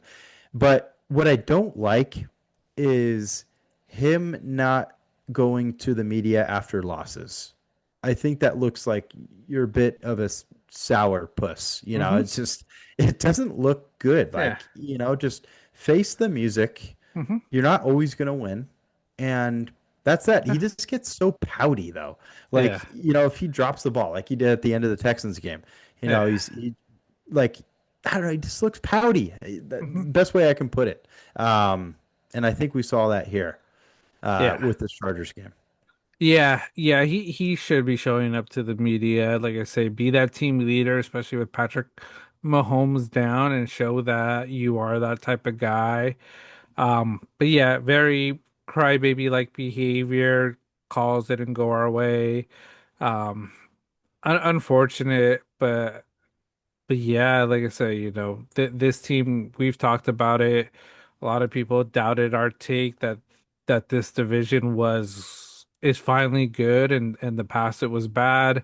There's a lot of evidence to show that, this year is a totally different year, and it's good, like you mentioned, it's going to be pretty much the new AFC North, with this division, because it's going to be three juggernauts, possibly, if the Chiefs know what they do for the future. Because Andy Reid is getting older too. He might just be ready to go live and have some all-you-can-eat buffet somewhere. He might not want to be Yeah. coaching anymore without Patrick Mahomes, without Travis Kelce. Because without Kelce, they don't have much. Rasheed Rice, that guy's probably has a lot of CTE by now after two big hits back-to-back Yeah. weeks Oh that yeah. I'm surprised he's going to get back on the field. Hmm. Um, the rest of the supporting cast, Worthy hasn't done much. Hollywood Brown, those people that called Hollywood Brown a receiver, where are you now? Because Psych. he didn't go to he didn't play at all of this game, but hasn't really shown up. And then the rushing game, there's no rushing game. It's Patrick Mahomes, and I think that was another factor for his injury. Unfortunately, is he was running so much and taking so many more hits this year that his body just gave out. His body just couldn't handle anymore. So this team, kudos to what they've done the last few years, going back to back. A lot of I saw someone or a post sort of relating it to Tom Brady, year nine, tearing his ACL, but and then coming back still to win more championships. It could be something that happens, but the one thing with Brady, he tore his ACL early in the season, so he was able to come back the following season. Hmm. Mahomes isn't coming back next season. At least I'm thinking until late October. And if the team's not even in playoff contention, I wouldn't even play him if I was the Chiefs.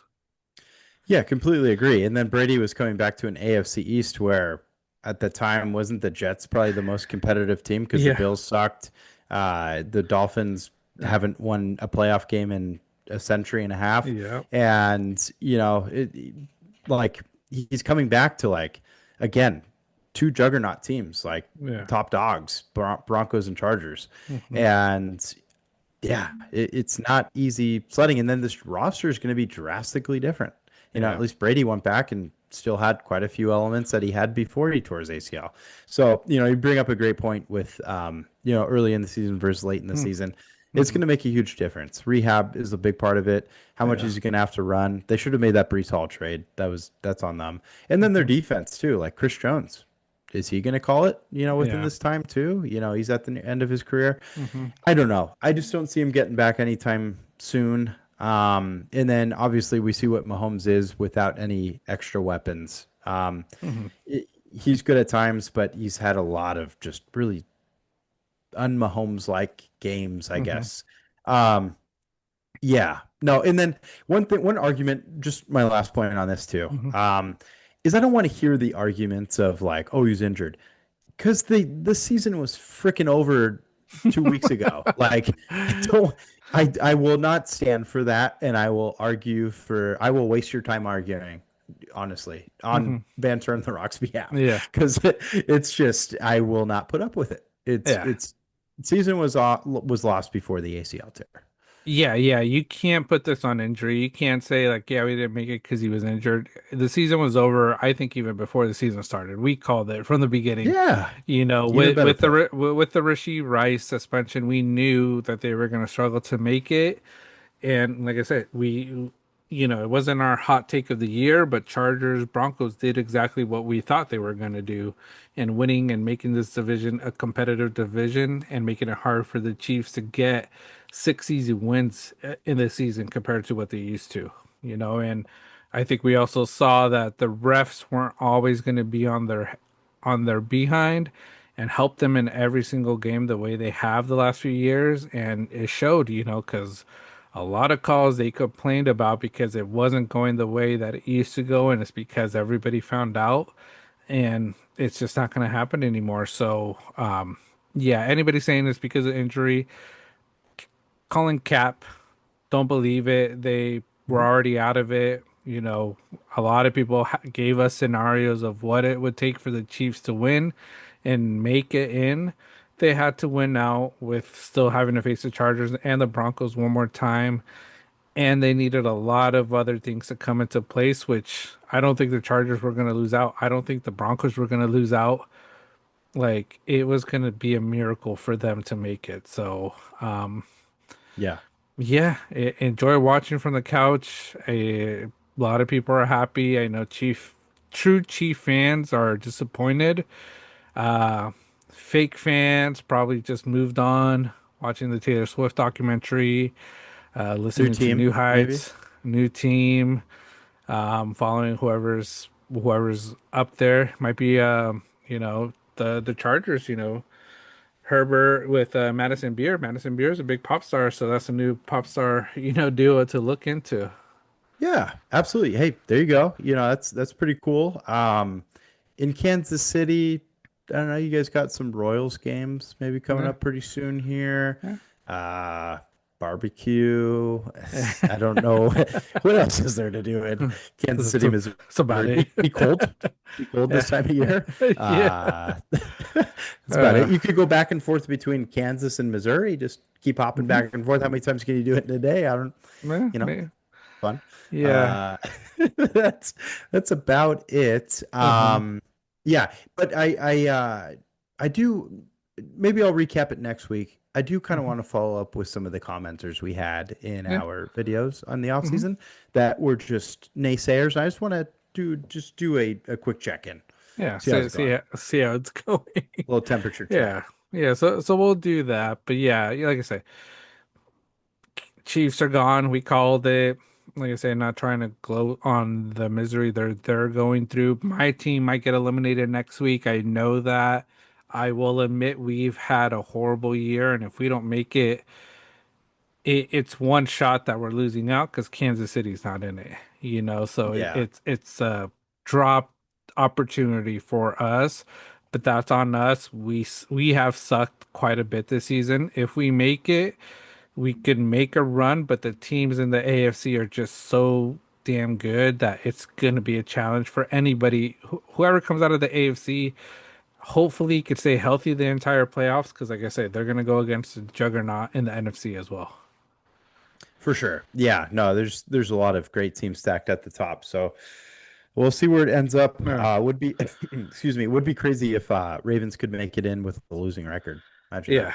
Yeah. I don't know if We'll that's even see. possible at this point, but yep. No, I think one more loss, the way and if Pittsburgh wins next week, I think we're pretty much out. Okay. It'll be a tough one because I think division wise, I think Pittsburgh has one on top of us. Mm, got it. So even if we beat them, so we'll see. But as of today, Super Bowl or not the Super Bowl playoff picture looks like NFC number one spot. I have this is as of yesterday or today in the morning. LA Rams at number one. So they're taking the number Mm, one seed. Number two, Chicago. Three, okay. Philly. Four, Tampa Bay. And Tampa Bay will play the Seahawks. At Ooh, number five, Philly. They got your 49ers. You're going back to Philly. love that. Get Purdy for the full game this time. Get the party for the full game. And then Suckers. at number two, Chicago, as of right now, going against the Green Bay Packers. Love that. Yeah, Love that. If that that'll could be stay put, yeah, perfect playoff setting. that's a great NFC Oh showdown. yeah. All of these teams, Tampa Bay too, struggling, but when that team could get on it, they're a scary team. So Oh yeah. They should thank the Saints. yeah, they should. And then AFC number one in the number one spot with the opening round by Denver. Number two, New England. Number three, Jacksonville. And number four, Pittsburgh. And then at number five, going against Pittsburgh as of right now, it's the LA Chargers.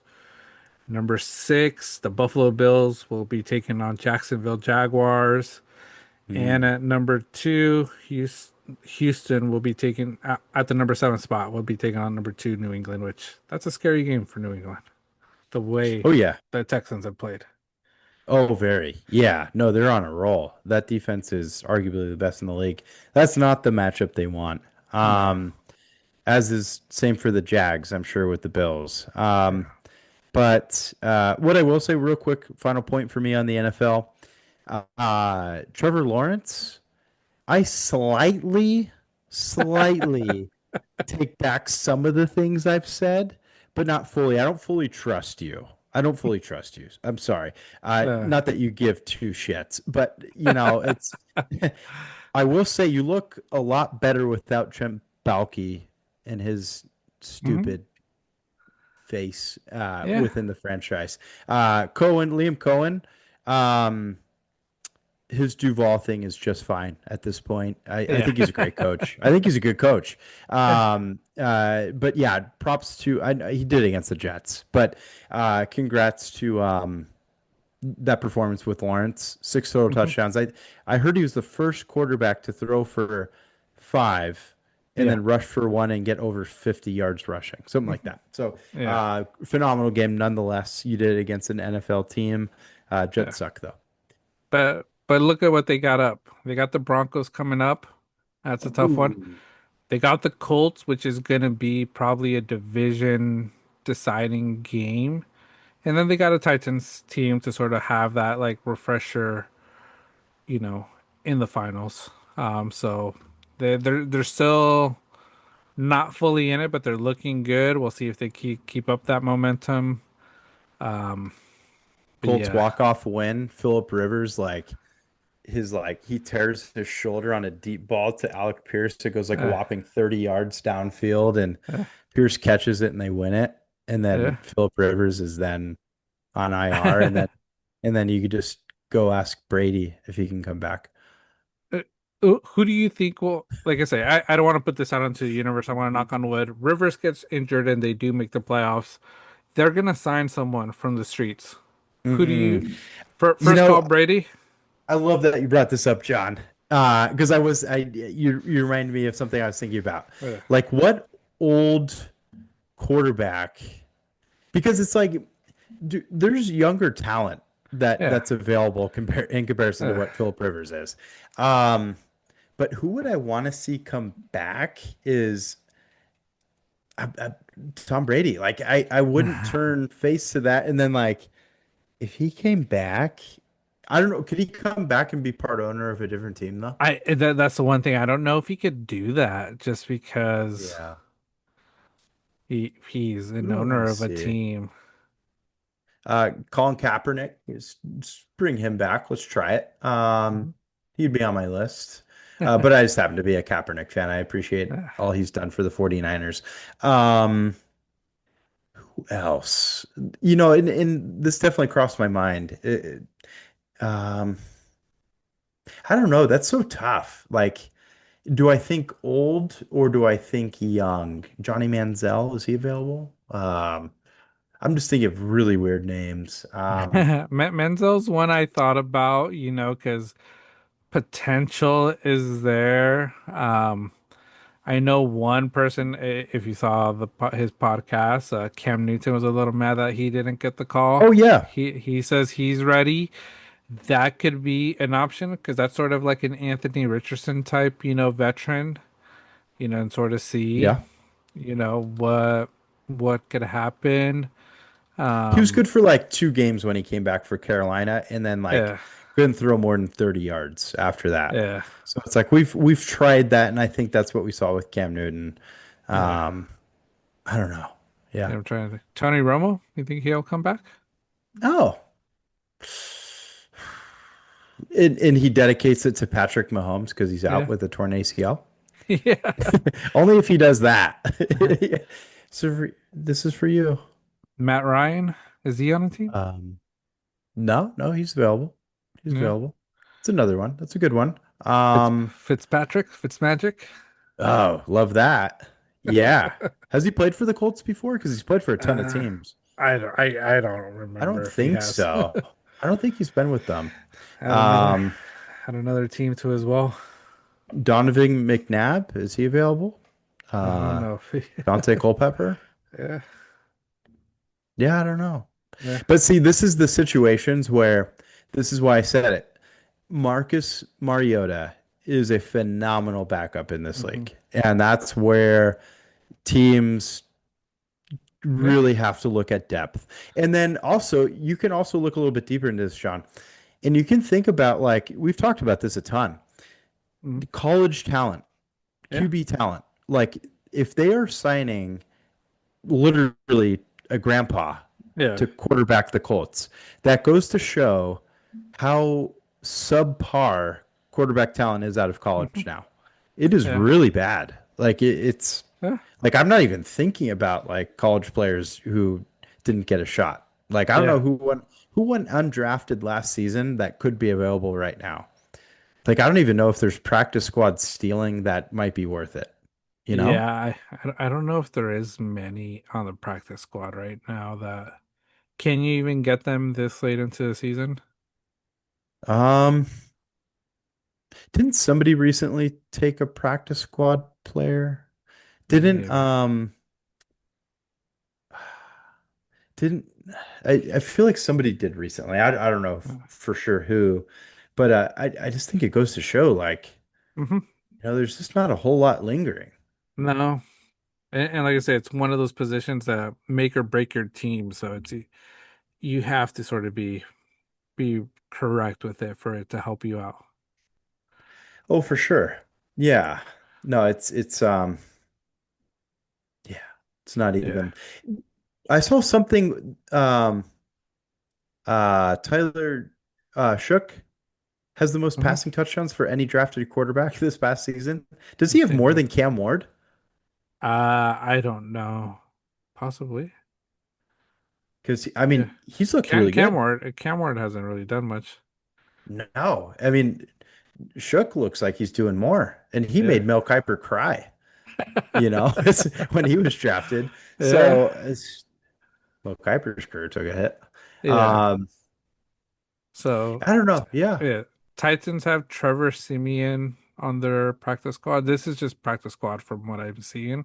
I don't know if they're nah. active Give me yet. Philip Rivers. Let's do. Who would you take over Philip Rivers' game? Okay. From practice squad Yeah, availability.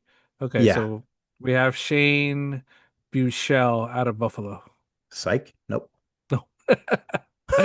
uh, gotta go to next. Brady Cook with the Jets. Pretty quick. No. Yeah.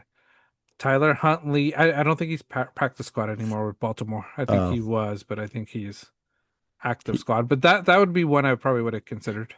yeah, because he's been there, done that. He's Pro Yeah. Bowler one time. Yep. Mhm. Cincinnati Bengals have Brett Ripon. Nah, seen him. Yeah. No. Cleveland Billy Zappi. No, he was like a one-hit wonder with the Pats. Yeah. Uh, Jags have Seth Heineken. Hennigan. Nope, don't even know you. Yeah. Tennessee Trevor Simeon. Nah. Uh, Broncos Sam Ellinger. I think it is. Oh yeah. Still no. Yeah. Was he? He was a Colt before. Yeah, I think he was. Yeah. Yeah. KC Chris Oladukun. Don't know who that is. Mm, nah. Yeah. Raiders Cam Miller. Don't know you. Chargers DJ Ugalali. There's a No. name. No. Not a fan. No. That, I'm shocked he's still on the practice squad. I don't Oof. know how accurate this is, but this is the last one I pulled off from NFL.com. Yeah. Um, Dallas Cowboys have Will Greer. Now he's close, but no. Yeah. Philadelphia Eagles Kyle McCord. No. Didn't he played at Ohio State, right? Mm, yeah. This is one I might consider. Washington Commanders Sam Hartman. I think Oh, he can maybe pull it off. I saw too much preseason with him and it Yeah. wasn't good. That's No. the Okay. problem. Yeah. I think he's got the look. Yeah. Who knows? Colts looking for looks. I don't know. Maybe. Packers Clayton Tune. Ooh, Packers, Clayton, two. No. Uh, Atlanta has Easton Stick. Nah, the guy's been everywhere. He was supposed to Pan be such a big name too. yeah, yeah, he was. Panthers Hendon Hooker. Mm. Big arm, right? Tennessee? Yep. Hmm. Maybe. That's a maybe. Yeah. New Orleans has two on the practice squad: Hunter Deckers and Jake Hayner. Big pass. Hmm. Tampa, Connor Bazelic. Bazalic. Nope. Yeah. AZ Keaton Slovis. Don't know who that is. Um, did he play for the Ravens for a second? Maybe. I don't remember. Okay. I Yeah. think he might have. 49ers, Adrian Martinez. Yeah. So he has a good rushing element, but that's just me because I just really enjoy scrambling quarterbacks. Yeah. He also played in the XFL for a second, Hmm. and he was Yeah. pretty good. Um, yeah, he might be up there, Yeah. but I And don't that's it. know. That's it Yeah, for see, practice squad. give me Philip Rivers. I don't, Philip it's Rivers. crazy to say. Just Yeah. yeah, I don't know. Yeah. So we'll see what happens. Like I say, I hope Old Man River stays healthy. Would want to see him, want to see the Colts. I think that's a good story. How they lost their owner, what the new owners, the daughters of Versailles are doing, being a part of the team. It's really awesome to see. So hoping the best Agreed. for them, but Mhm. we'll see. The injury to Danny Dimes, unfortunate for them. Definitely. I hope he comes back, ready and ready Hmm. than ever, like better than ever. But Yeah, yeah, no, what Ursay's daughter has done there as yeah, new owner is phenomenal job. I also really enjoy her involvement with the team. You don't really see yeah, that too often. I think she seems involved at the right amount, but yeah. if they're winning, obviously doing something really good. So Yeah, doing something good. So we'll see. Next we have college football talk. Some big news. I think the biggest news for us we wanted to touch on is um Heisman winner. Fernando Mendoza coming out with the Heisman win, but the big name I think coming out of the weekend, Diego Pavia, losing the Heisman. I want to say we called it. We said it wasn't going to be him. I think he thought it was him. But I think the big thing coming out of this week is his post after losing the Heisman to Fernando Mendoza and going to social media, sort of taking a shot at the voters, saying F the voters, and then showing his family. Um, Big thing for me is like, a very emotional reaction for sure, but is this gonna hurt him in the future? that's a great point, and that's what I thought of. I think it certainly does. I think it shows a huge amount of immaturity.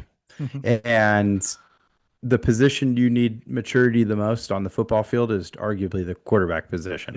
Yep. It's absolutely needed. And if you can't show it here, even when there's a lot of questions on your nomination to begin with, you got second.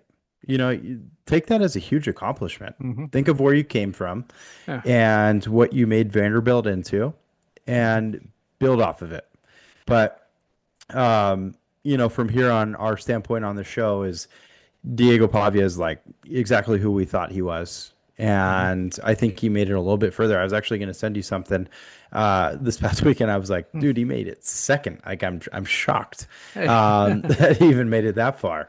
And quite frankly, I feel like his draft stock has shifted from a six rounder to a seventh rounder at this point. Hmm. 6'7" is all the kids say. Um, Sorry, I had to throw that in there. The kiddos will love it. My son's really into that right now. But uh, yeah, honestly, I don't think his draft stock was out of this world to begin with. I Hmm. just, he's shorter. I've seen a lot of I was gonna videos out of mention height.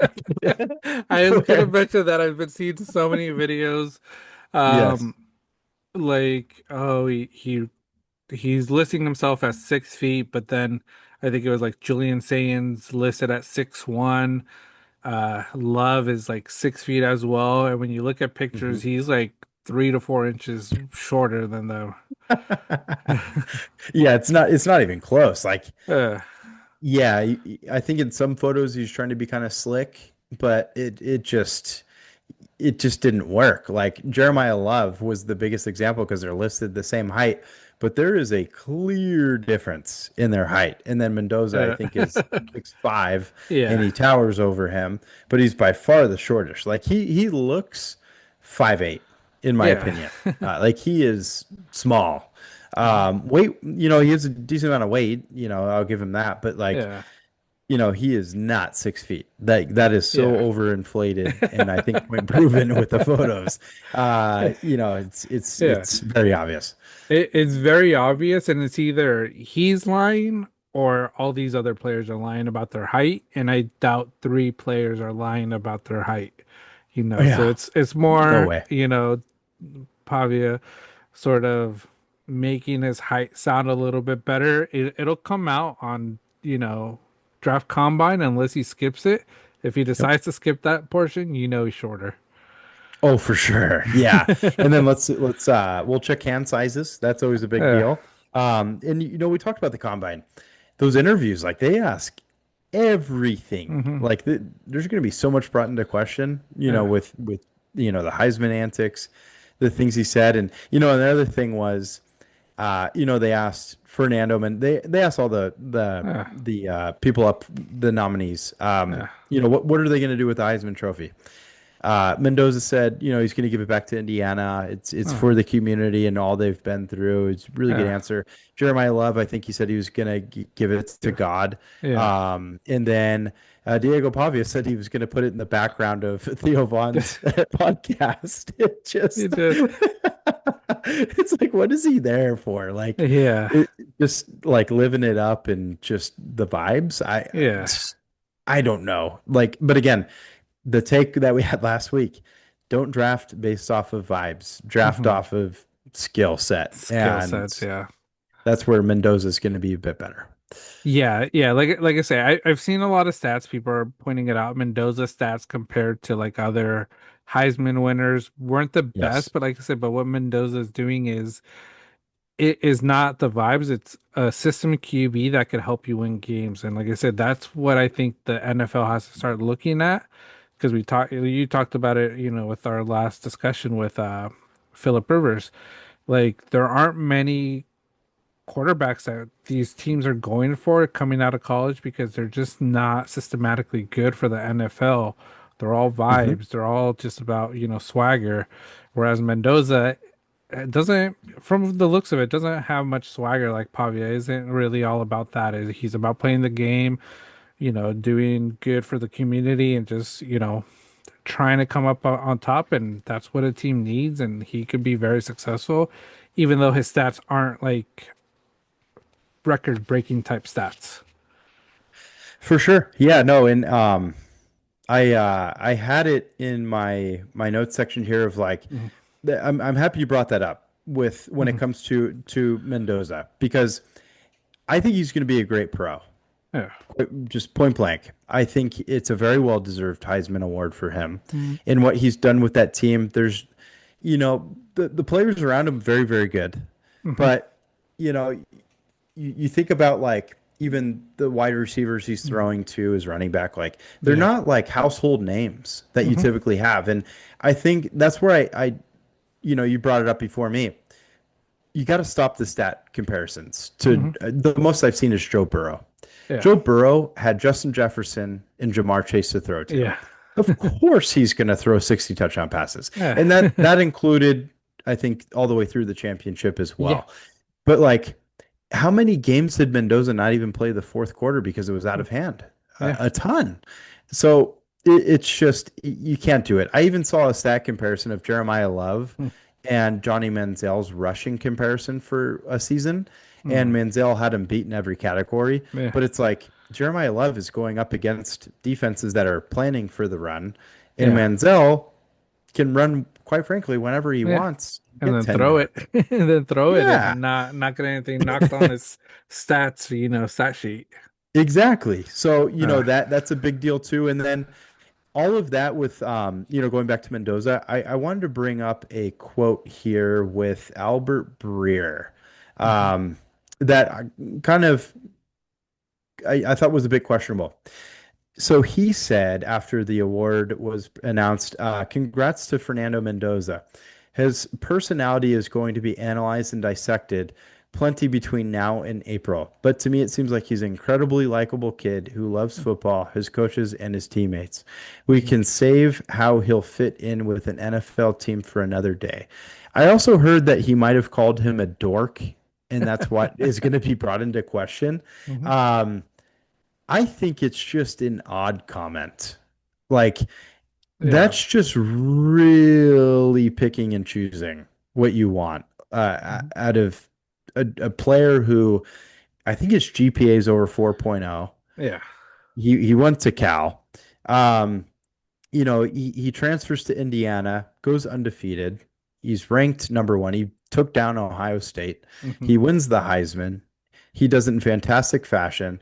He's a very well-spoken individual. He's Mhm. really big into his family Mhm. and just, in community as well, and what he's Mhm. willing to like do with the Heisman Trophy. He's the least selfish person. Yeah. And then you look at his teammates all being there and celebrating with him. Like you can tell what type of leader he is. Yeah. Albert Breer's comments is just it's weird. Dude, you are searching for something on a kid who is doing everything right. I just think it's Yeah. nonsense. Yeah. I think he's going to be phenomenal pro, like I said. Uh, but again, the franchise makes the player at times. I Mhm. just, you look at teams like the Jets or the Raiders, and it can get iffy. Mhm. But I don't know. The Raiders are obviously a team up for a first pick, and Mhm. I think that he could go there. Yeah, yeah, it's gonna be what the Raiders do because he will go, I think, overall number one. Um, and yeah, I think we talked about it. They need a new coach. They need someone to mold Yep. Fernando and be that player because they do have great supporting cast there. It's just the coaching to sort of take it to the next level. So we'll see. But yeah, I think he'll be a great pro. I didn't mind the stats because, like I said, he went undefeated. Yeah. Beat Ohio State, beat the team that everybody thinks is still going to be the national champion and might have to beat them again. And I think if he does beat them again, it just solidifies that he is that top guy in this year's draft. Um, and then yeah, with Pavia, I think, you know, you always heard his name, but I don't think it started getting big until Theo Vaughn started mentioning it. Yeah. So he should really be thanking Theo Vaughn for wanting to hit on his mom, making those comments because that really brought a lot more attention to him into the games, and they're doing what they should be doing, maximizing from that exposure. I think they've probably have gotten some nice paychecks from it. Enjoy it, save it, don't be too crazy with it because your draft stock may be out the window. I think there will be a team that takes a chance on him late in the draft, but I wouldn't be surprised if he goes undrafted because of this, because I think there's so many question marks with this player, and I think that vibe piece is going to be the big thing. He's all show, his comments and maturity, his height's going to come into question, and I think he did great for Vanderbilt. He did a lot for that franchise. Unfortunate that they didn't make the college playoffs because it would have been interesting to see what he would do on the big stage. But um, like I said, it's just funny to see this guy that thought he was the shit and winning it all to losing and then immature comments. For sure. Yeah, no, it just goes to show, and I know he tried to like backtrack on it and Mhm. issue an apology, but it's like, dude, like we know how you are. Like Yeah. you're very predictable. You're just the most common comment I see on Diego Pavia posts are just he is just extremely unlikable. Hmm. And it's just the vibes you get. Yeah. Obviously it's great to be big about family, but saying F all the voters, it's like, dude, you are Yeah. just like you're a bad, you're a sore loser. Like you Yeah. just can't handle it. And how is that gonna, go into the NFL? If people are the league clearly questioned Shadir Sanders during the Hmm. draft last year. Yeah. And I'm sure there's some stuff that may have happened behind the scenes, but everything I've seen out of Shadir, he's handling press conferences well. He's handling the media Hmm. well, and I commend him for that. And Hmm. that's after, all of that. And Diego Pavia is like him times 10. Like I don't even see, Yeah. Shadir Sanders really being a problem. It's Hmm. just, but Pavia's antics, like the NFL isn't going to take easy to stuff like that. So, Yeah. and then you take on, his height is going to be a factor. Of Hmm. course it is. It's always talked about. And then like a lot of his stuff that he did well was rushing. How long Hmm. is that going to last? You have Yeah. the elements of rushing quarterbacks like Kyler Murray, and look where he is Hmm. already. Like Yeah. it's just like you take that element out, Kyler Murray isn't much. And Yeah. then yeah, and then just the cockiness of him saying that he wants to go play for the Raiders, like to be with Max Crosby. It's like, dude, no, you're choosing the Raiders probably because you know that they're going to have the first pick or Yeah. second pick. Like Yeah. you're just trying to build yourself up for a top pick. Yeah. Just It's Vegas. You just want to party, get that money. yeah, I doubt it's of gonna course. happen. I think the other thing that might hurt him, I think it's his family. What they've done, went on the sideline, his brothers getting into it, smack talking some of Yeah, the other players, like being associated with the bad group of people. And I'm not saying they're bad, but they're just making dumb choices because this fame is getting into their heads. And yeah, they're just thinking they're untouchable because Diego Pavia is the big guy in college football. Everybody's talking about him. We could do whatever we want. It's a big reflection on who you connect yourself with and what you're taking to the NFL. And some NFL teams just don't want to deal with that. Because, like I say, you do that on the field in the NFL, you're going to get cut and then you're sort of going to be like blackballed from the league and never play again. And it's not something they're going to take any of their draft picks, a chance on because there's better opportunity out there. for sure. Yeah, no, the baggage that comes along with it, that's a big thing to talk about. Yeah, you think about like I going back to Shadir Sanders because the only reason I'm bringing up his name is because of, that I don't even want to call it controversy, Yeah. just news around him. Hmm. And then there's a big ploy with sabotaging. Somebody did a really deep search that I guess Kevin Stefanski is related to a previous reporter that Dion didn't get along with. And Dion dumped, I guess, cold water on after a game, them winning a Oh big game. man. And I guess it might even be like his father-in-law, something like that, but related, I think, to his spouse's Yeah. family. And people are trying to relate that to Shadir's That's treatment in crazy. the NFL.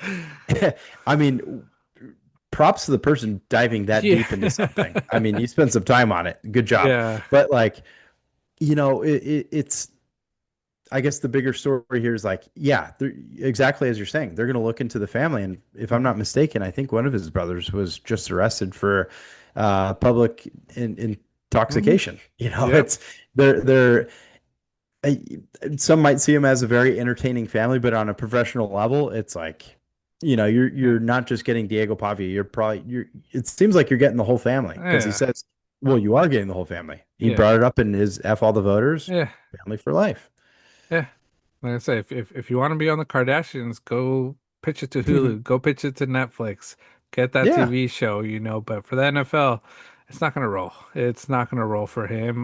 Like I say, it's no, unfortunate for the kid because he could have had some sort of a future as a generational backup, a Marcus Mariota type that could maybe be sure. serviceable to win. But we may not see that. But like I say, we may eat our words. Diego Pavia may be the first round, draft pick, first pick.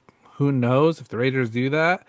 I think we got to go get all those, people in the front office of the Raiders head check because they're making a crazy choice if they take Diego Pavia number one, Yeah, in my opinion.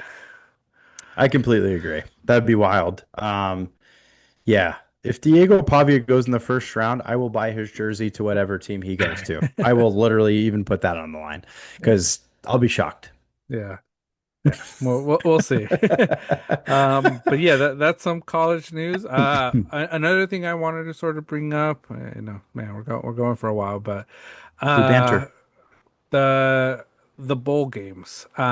We talked about it a little bit with Notre Dame. A lot of people saying they're babies, being sore losers for not making it to the college football. I know there's a lot of talk about a lot of teams not wanting to play them now next year, but one of the things around bowl games, and I mentioned it last week, is bowl games just aren't as relevant as they used to be. And one of the big factors and something I saw that sort of I think supports my thought is the LA Bowl that happened this past week. Very low attendance. It looked like nobody was there. And I think, it sort of just puts that these bowl games, no matter what name you put behind it, because I think it's the Gronk Bowl, the LA Gronk Bowl now. Hmm. It wasn't able to bring people, I think it was Boise State In and Washington. Washington, and like I say, I think these traditional bowl games are just going to be more meaningless for fans to show up. I don't think they're going to travel for something like this because there really isn't much players not wanting to play, especially if they're eligible for the draft. And programs also, like, why spend money to send your team out there when you might not even be making a profit out of it? And the way you have to look at college football now, it's a business with NIL. You got to do what's best for your business. And these bowl games, I think it's going to be tough. I think LA Bowl also got a little hurt with the changes in the divisions, USC, UCLA going away from the Pac-10. But like I said, there's other ways you could decide who goes to which bowl games. It doesn't have to be by certain divisions, Pac-10 winners, whatever. But I saw that, it looked like an empty stadium. I feel like we probably could have gotten in there sideline for $10, because Probably nobody was so. there. Yeah, there's probably more people in attendance to watch Rancho Santa Margarita with Carson Palmer win Yeah, a state championship. Props to him, by the way. yeah, That's pretty cool. But yeah, no, I completely agree. The only reason why I knew this game was even going on, I think it was like 31-3. yeah. When I tuned into it, it was on the radio. I was going out to a store with my daughter, and and I just happened to, listen to it on the radio briefly, and it's like the game was out of hand. Yeah, It's just crazy because those are two programs that over the last like 3 years, like, we just had Ashton Genty at Boise State. They yeah, were in the playoff last year. And yeah, then Washington was in the national championship 2 years ago. yeah. So it's like, it's just crazy to think about. Like two very, very, very notable college football names Hmm. are in a bowl game that like nobody even knew was going on. Yeah, Um, yeah, and it's odd that they even had it this soon because I feel like Army Navy should always be the first, yeah, which was on Saturday, if I'm not yeah. mistaken, right? Well, I think this was yesterday, wasn't it? No, I Or think or was it that Saturday too? that bowl game was Friday. Oh, was it Friday? It was on a Okay. Friday. Like it was just Yeah, really weird. Yeah. yeah, But yeah, it was on Friday night. I don't yeah, know. Threw me for yeah. a It's crazy. twist. Yeah. No, it Yeah, was odd. yeah. So, but yeah, it just sort of like I say adds to that what I shared, and people might be, a lot of people are like, Notre Dame should have been, gone to the bowl game, but this is sort of just puts it into perspective. Like nobody went to this game. Why are you going to send a team out, to see if nobody's going to go? It's not worth it. The bowl games are meaningless, I think now. I think eventually they may go and they may just pour in more money into a bigger playoff system for the college football playoffs, or just make it more of a big deal, big show in big stadiums, having the team play, just play in bigger stadiums. But yeah, I saw that. I was like not surprised. I'm like, should have tried to go for $10, just to be there, report from there. But it's unfortunate though. Yeah, no, it is. Yeah, bowl games. I think there's just got to be ways to rethink it. You expand the college football playoff, I Mhm. think is the biggest thing. I'm not saying like March Madness level, but Yeah. just expand it, and Mhm. then you have more meaningful bowl games. Make football last a little longer. Yeah. Um, Especially because college football seasons are shorter. And then you have, the talent playing a little bit longer too. Especially with NIL, they're getting paid like this is a minor league to the Yeah. NFL, more than ever. So, yeah, just make it into one. Make this even more competitive. Make it last Yeah. longer. I think they really gotta look into that. Yeah. But yeah, that's bowl games, college football. I think last big news we could touch on it a little bit. Sharon Moore, Michigan head coach, getting fired. Bit of controversy.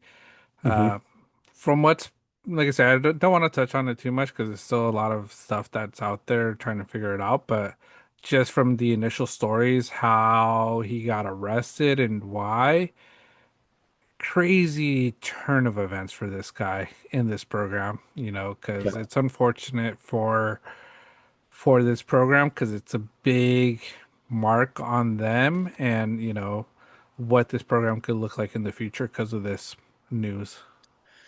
Yeah. No, it's really bad. And Michigan's had recent controversy as it is. Hmm. Not in a different form, I believe. This is obviously something new. Crazy, unexpected news Hmm. though. Like in Yeah. just like the details that have continued to come out about the situation, to seeing like a trial's already kind of occurring. Yeah. Um, Crazy that you go Yeah. from, head coach of a stadium that fills 100,000 people, Hmm. with Michigan, and you end up behind bars so quickly. Yeah. Um, it's a wild turn of events. Hmm. Michigan is such a staple for college football. Yeah. I always think about like their winter weather that they Hmm. have, the elements out there. It's a fun watch. Yeah. Especially when Harbaugh was there, Hmm. it was fun. I'm a big Harbaugh fan. Yeah. But it just puts such a damper on it. And then you got to think about the transfer portal. They spent a ton of money to get Bryce Underwood there. Yeah. Is he going to start questioning some things too? Hmm. I don't know. There's Yeah. a lot to be seen. We'll follow up on it as it comes. Maybe not so much on what's going on with more, but the program altogether, Yeah. because it's again such a notable program. But this Yeah. controversy is going to turn away a lot. Yeah. It's going to turn away a lot. I think the one thing they have to sort of get right for it to work out well for the program is head coaching. Yeah. And find the right and perfect head coach to be able to keep Underwood, be able to keep some of their, signees that have signed before they decommit because of this news. And, we'll see what they do because like I said, it's gonna be what changes it. You know, one guy that could come back to college, Pete Carroll, you know, if he goes away Hey, from, there you go. try to bring another, he did it at USC, can he do it in Michigan in the cold weather? Yep. So could be a good place. That guy, he recruited a lot at USC, won national championship, so has the prestige behind him, but I know what he's done in NFL hasn't might not help him too much. Yeah. Yeah, that's somebody I also saw. I don't know if it's going to happen. I know he got kind of emotional talking about it in a recent interview, but Arizona State's head coach, who's done Hmm. a phenomenal job with them, Yeah. was rumored. I don't know if he's totally turned it down, but there in the interview I watched about, I think it yesterday or the day before, there was a lot of optimism. He was Hmm. very emotional about it, and you can tell like he's going back and forth. Yeah. So he's another one. But you got to think about like the alumni who played there. Like Hmm. I don't know, is Charles Woodson available? Would he be interested? Is Brady want Tom any? Brady. They've had such phenomenal alumni go through there. Yeah. I don't know. Maybe look for a former player. Yeah. Yeah. And like I said, I think Michigan just needs to find that right coach and sort of get all this negativity out of their athletic department because they've dealt with a lot of stuff, not just in football, basketball. Juwan Howard a few years ago, some of the stuff he did when he Oh was yeah, coaching it's another Michigan, one. Yep. so it's like, and like you mentioned, this is a prestigious school and program for all these sports. I always remember the dark navy blue jerseys with the yellow, like they're sick. If you own a jersey Oh yeah. just for a college team, that's one you want to want to get, because it's just so clean. So it's like we want to see them do well because it just brings a lot of good attention to football and the Michigan Ohio State rivalry, one of the biggest ones still. Yeah, no, and I think they're sponsored by Jordan Brand as well, right? Yep. Love that. I Yeah. think that I think my favorite, like if I played like competitive college football or Yeah. go back in time and do that, man, like a Jordan 11 cleat, I think is just next level. I think it's Yeah. so sick. That's my favorite type of Jordan. But Yeah. yeah, I think them and UNC, like the Jordan sponsorships are awesome. Yeah. Love it. Yeah, they're amazing. And like I say, you get the player exclusive shoes that Oh nobody else yeah. will ever have. So, going to the schools makes it worth it. So, but Yep. yeah, that's the Michigan. More news. Like I said, we'll look more into what Michigan does, more, not so much. Maybe once things get settled down, we'll sort of talk about what finally came from that. Hmm. Um, and then yeah, it's just waiting for the college football playoffs to start in a few weeks. Um, and seeing who wins it all. For sure. Yeah, let's see what comes about it. Last year was a lot of fun watching it because again, it's fun to watch these teams. I know you talked about it last week when I had to step Yeah. away. Um, people want to see the big name programs, Notre Dame, Hmm. things like that. But while we're here, I don't know. Let's see if JMU can knock off Oregon. Highly doubt it, but let's just, Yeah. it's fun. That's why we love March Madness. Hmm. We love seeing 16 seed teams go up against a one and make it Yeah. interesting. So Yeah. doubt it'll Do happen, but let's do see. do you think if they go, because I don't think they'll take JMU, all these smaller schools out Hmm. just yet, but if they go multiple years, they already went in one year where it was just pretty much a blowout, wasn't competitive. If they go like this year and then next year where these games are meaningless, the big name school just wins it outright, do you think they'll make a change to the whole college football landscape? I think they could, uh, depending on like where viewership goes. Yeah. And that could be kind of a tough read because I think people just love to absorb football. Hmm. I just think that's the American way. Yeah. Um, but if I had to guess, I think that in the next couple of years, regardless of results, I think we are going to see a reformat, and I think we're supposed to see one maybe as soon as next year. I think so, yeah. Um, and quite frankly, I'm a huge advocate of expansion. Hmm. I'm again, I'm not like March Madness bracket type because Hmm. football is a very physical sport and you can't have Yeah. teams playing that much consecutive games. But I don't know if you just widen it by a couple teams a year, that way you can have a Notre Dame sneak in there. Yeah. Last week you talked about Vanderbilt sneaking in there and Diego Pavia, having this run on social media of being an advocate to make them go in. Quite frankly, if there could be a way to throw them in there and it would get more people to tune into him, like him or not. He's at Yeah. this point in college football, he's probably good TV.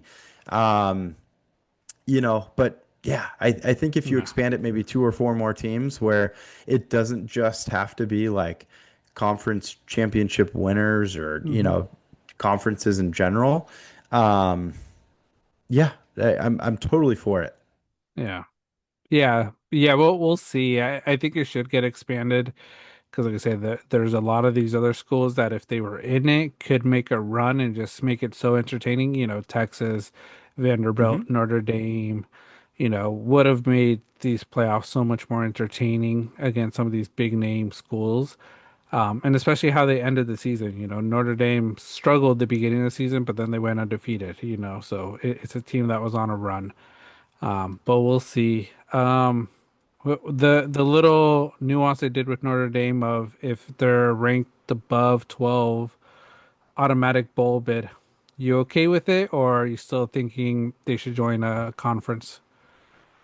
Um, I think everybody's talking point is making them join a conference because what makes them special? Hmm. Um, yeah, quite frankly, getting down to the nitty-gritty, I think to avoid stuff like this, it's going to be in their best interest to join a conference. Hmm. And it just seems odd that they aren't required to join one yet. Um, but I just think for their benefit, if it, remains a similar format, Hmm. that's going to be their best way to do it. What do you Yeah. think? Yeah, I agree. I think they're going to take advantage of this until they're really sort of forced to join a conference just to maybe qualify, unless they're the clear cut number one team in the country and actually Hmm. do face like top teams. But after that, I think it's going to be they're going to have to join a conference just to not have that because you can say they're always going to have an asterisk on any of their wins or even any national championships moving forward until this conference for them happens. Yeah, absolutely. Completely agree. One final thing I had Mhm. here as well that I saw quite a bit about because it was questionable in a lot of people's eyes was Mhm. Lemon winning the Mm. Bolitnikoff wide receiver award over Jeremiah Smith. And yeah. I people are saying like, oh, sucks for whoever goes up against Ohio State because Jeremiah Smith Oh is going to yeah, be on demon mode. Would love to see that because it's yeah. interesting. Makai Lemon had a phenomenal season. Oh Like yeah. he was very deserving of the award. Um, but he's right there hand in hand with a guy like Jeremiah Smith. Hmm. Yeah, there's a lot of banter about it. Like Yeah. people were thinking Smith really got robbed. Yeah, I think you could go both ways. I like Jeremiah Smith. I think he is one of the best wide receivers when he comes to be draft eligible next year. He's gonna probably be a number one to two pick. I don't think anybody can pass that up. But Lemon also, I think they looked at sort of the team around him, and Ohio State had a way better team. Yeah, USC is coming back from the rubble, so what he did with this program, I think is maybe what sort of put him over the top over Jeremiah Smith. But I think they're very like 1A, 1B. It could have gone yeah, either way. And I think if it would have gone the other way, there would be some people saying, Makai Lemon should have won it. Same narrative, probably not as much so because Jeremiah Smith is just a big talking point, and Ohio State is all over, you know, not media news in college football, where USC is making a comeback. absolutely. Yeah, no, and I think another big talking point was the how Jeremiah Smith won the Big Oh, 12 yeah. wide receiver award, but then USC's involved in the Big 12 obviously too. It Yeah. is the Big 12, right? I'm not Mhm. mistaken. Okay. Um, and then Makai Lemon goes and wins the bigger award, Yeah. after just losing to Jeremiah Smith in the smaller Yeah. award. So that was another talking point too. But Hmm. if you go on a broader scale, again, you're exactly right. It's 1A, 1B. It could have gone either way. It just happened to go in Makai Lemon's, Hmm. Yeah. way. But both had a phenomenal season. Yeah. They're going to be really good wide receivers turning pro. Yeah. Yeah, they are. Yeah, and like, it's the thing. It's the voters. Different Yeah. voters for each award, and they look at different stats, different things. So, um, Big 12 compared to entire NCAA, different categories they look at. And, like I said, 1A, 1B. Unfortunate for Jeremiah Smith. I think next year he'll win it. Mhm. Yeah, whoever goes against Ohio State, it's going to be a dangerous team. But a lot of these teams in the college football playoffs, they could take on Ohio State, I think. So it's going to be competitive. So Jeremiah Smith needs to bring his A game to sort of show that he was well deserved of that award and robbed. Yeah, completely agree. Yeah. Absolutely. But yeah, that's college football. Like I say, it's going to get interesting. The big bowl game, playoff games are going to happen. Last thing we'll sort of touch on, I have is I know we talked about it a while ago, Golden Globe nominations. That's been out. They're gonna be awarded January 11th. So we're probably about a month away, but some big names, nominations. Best Motion Picture Drama. We got Frankenstein, Hamnet, It Was Just an Accident, Sentimental Value, Sinners, and The Secret Agent. Um, I've watched three of the six. Um, it's going to be a tough category for me. Yeah, I saw you check out John's TikTok. Yeah. You posted a short review, right, on Hamnet. Yeah, Hamnet, Emotional. emotional movie, great movie overall. Like I say, if you know the Shakespeare story of Hamlet, it really touches on that. Great performances, so that's why I think it's gonna go between Hamnet and from what I'm hearing, Sentimental Value. Haven't watched it yet. It is one I'm gonna try to catch before these Golden Globes. But Sinners is also up there. I think Sinners was just a masterpiece when it came out earlier in the year. But the one thing with Sinners too, it's a movie if you didn't watch it in theaters, it didn't hit the same at home. Oh Still wow. great, but I think in theaters, just with the music, the big screen, the lights off, it just was a whole different experience. Okay. But great movie. Frankenstein I thought was great too, but compared to Sinners and Hamnet, just not up there, but I could see it make a run. Okay. Yeah. Well, I am 0 for 6 on these films, so I'm You going to haven't watched defer to Frankenstein all. either? No, No, that's I a good one. have not, but I saw was the previews that were a little odd at first. Is that because I can't Yeah, think if I'm thinking of it was how is this movie going to go? It was like I forget the setup for it. yeah, And again, I don't even know if it was for Frankenstein, but yeah, did not watch it. Do you know if it's on? Oh, it's on Netflix. yeah. Oh, Frankenstein's on Netflix. easy for me to watch. Sinners. I think it's HBO Max still, I think you're possibly. right. Yeah, I saw it Uh, browsing. I do need. I'll watch both. I need to watch both. yeah, the other ones are all in theaters, but yeah, Sentimental Value. I think that's the last one I sort of want to watch. Secret Agent. I've heard good things, but we'll see. Okay. Next one, musical comedy, Best Motion Picture, Blue Moon, Begonia, Marty Supreme, No Other Choice, Noville, Vague, and then One Battle After Another. Hmm. I've only watched One Battle After Another. Saw that this weekend here You at like it? home. Rented it. I enjoyed it. Very very different movie than what I was expecting. Oh, okay. But overall good. Liked it overall. Laughed quite a bit. Leo did great. I enjoyed his little whistle when he's talking to the Hispanic people trying to get directions. Sounds just like a typical Hispanic. Nice. It brings a lot of great comedy to it. Um, so overall good. Sean Penn did great. His role, like I said, don't want to spoil it, in case you watch it, but I'll spoil it another day. But just very interesting and just I wasn't expecting it from him. Oh, okay. And then Benicio del Toro also not in the movie for so long, but did really well. Okay. Nice. I think out of this, that'll win. Okay.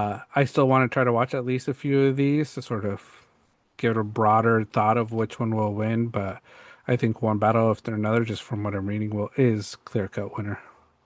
Yeah, I saw the preview for this when Yeah, I went to go see um that rom-com. yeah, Uh yeah, materialist. Materialist. I keep forgetting that name. But yeah, and it looked good. I'm like, wow, this is a different Leo movie than Yeah, I guess we're maybe used to. yeah, It looked good, yeah. so I'm happy to hear that. But it's still in theaters, right? Yeah, still in Okay. theaters. You can rent it. I think we paid 9.99 on Apple. So Oh, cool. Nice. yeah, not Okay. not too bad. Um, then the next big one that I always look at, Best Ah, Motion we know Picture who's. Animated. Oof, this is going to be really tough Yeah, so from they what I'm have already seeing.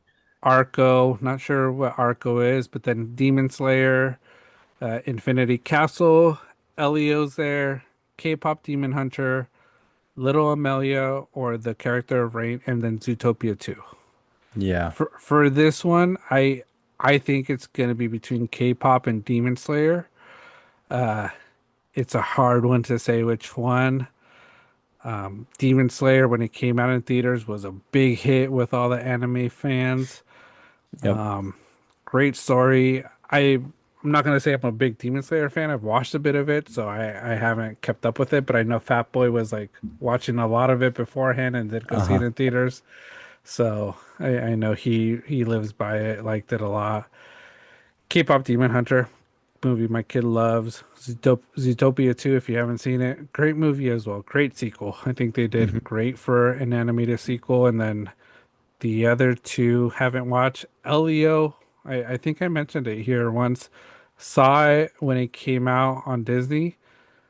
I was okay with it. I liked it. I think it Hmm. just came out at a busy time and just wasn't promoted that well. That didn't do well in the box office, but I think overall it's a cute little movie.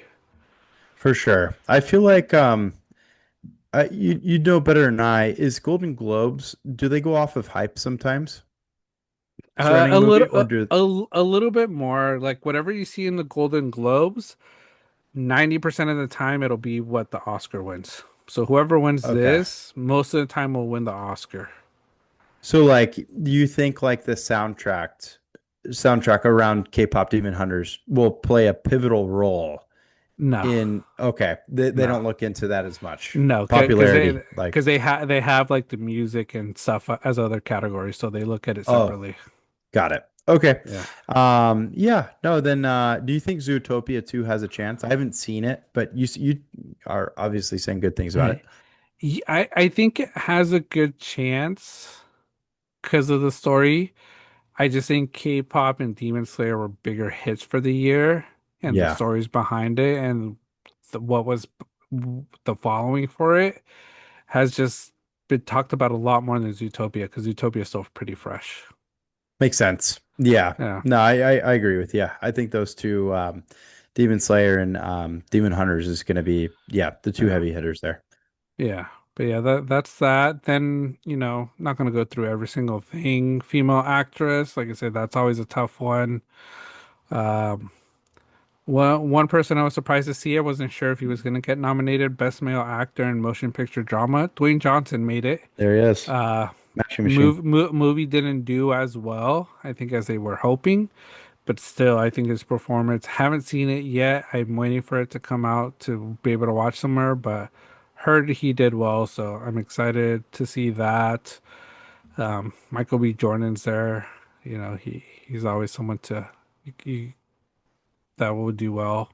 I like Oscar Isaac from Star Uh, Wars. Do you think his role in Frankenstein could do it for him or nah? I I think it could do it, but I think it might go more to Joel Edgerton, Train Dreams. That's another movie I Mm. want to watch. Isn't nominated, but I've heard great things about. Okay. So I think it'll be him most likely. I'm hearing Wagner Mora, Secret Agent, might be up there too. That's why I may want to watch that. If you don't know Wagner Mora, he was Pablo Escobar in the Narcos show in Netflix. Oh, okay. Yeah, Yeah, so did that's not know him. that. Yeah, Didn't even recognize him. yeah, without the Totally belly. different. Yeah, Yeah.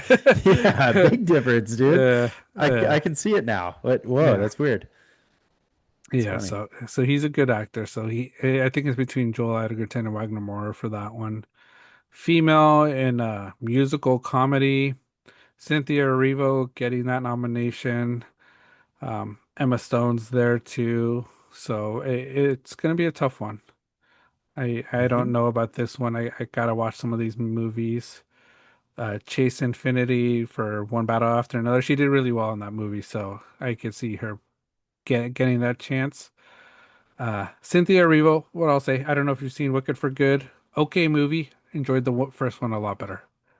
Got it. So I Yeah, don't know if no, I she'll win haven't it. seen it. Yeah. Okay. I kind of figured the first one would be better than the Mhm. second. Yeah. Male actor in motion picture. I think this is the next big one. Clooney, Musical or comedy. George Clooney, Ethan Hawke, Jesse Clemens. Plemons, Lee Byung-hun. He was in Squid Games, and he's Yep. also Gima in K-pop Demon Hunter, so the evil spirit. Oh, wow. That's Okay. him. Yeah, yeah. Yeah. Leo's in it, and then Timothy Chalamet. Man, that's a heavy hitter category, man. It's a big category, Oof. so it's gonna be like, let's see who takes it. I think as of right now, Leo is the favorite from what I've heard, but we'll see. Good for him. Marty Supreme is coming out soon, so that'll be getting a lot of hype soon as well. Uh-huh. Um, yeah, and then like I said, director, we'll see what happens there. But those were the big things. Like I say, I think something we could do a little bit is almost like what we did with the Oscars. We'll do a little Golden Globe game, see predictions. And like I say, I predict stuff and sometimes hit it, sometimes I'm totally wrong. So we'll see what happens. Um, the one thing I like about the Golden Globes, and I'll make it my last point, cinematic and box office achievement. So what they have a category now, I think it started last year or 2 years ago, is what movie did really well in theaters that made an achievement. So this is where these movies that make millions. So if they would have done this when Avengers Endgame came out, Avengers Endgame probably would have won this. Oh, But they okay. never had this. So this one's going to be Avatar, Fire and Ash, Weapons. F1, F1, K-pop Demon Hunter, Mission Impossible, Weapons, Sinners, Wicked for Good, and Zootopia. I think, when it comes to when I read it, cinematic and box office achievement, I think it's going to come between K-pop Demon Hunters and Sinners. Because Sinners made a lot, for what their budget was and made a lot of noise when it came out. And then K-pop Demon Hunters, what they've done for Netflix and how much they've made and how many views they've gotten, it's insane. So I think it'll be between Yep. those two. I'm happy to see Weapons here because, like I say, Weapons did amazing in the theaters. I thought it was a great movie. You saw it, great movie. Dude, Um, so very cool. that's a cool category. I like that Yeah, one. yeah. Yeah. Let's it brings more attention back to the theaters. Yeah, it does. And then the cool thing about the Golden Globes and why it's also a little long, they go into TV, so we can sort of touch on the TV stuff next week a little bit, thoughts of what I've seen and maybe what you've seen, heard, and we'll go Perfect. from there. But yeah, Golden Globes, like I say, it's award season for me. I enjoy watching all the award stuff. It's the one where they also are able to drink because they sit at tables and eat and drink alcohol. So some of them you could tell get a little tipsy. Yeah. Yeah. I wish we could get somebody in there to give us a food review. A food review, yeah. Hey, maybe we'll put it out there. Someone might Yeah. give us a, Hey, a little thought. love it. Perfect. But yeah, But no, it's yeah, fun. Love award season. yeah. But that's the show today. Thanks everybody for listening and bantering with us today. Your support just keeps us growing, keeps this growing every week. So we thank you. As always, just do us that favor, hit that subscribe button, follow on whatever platform you're listening to.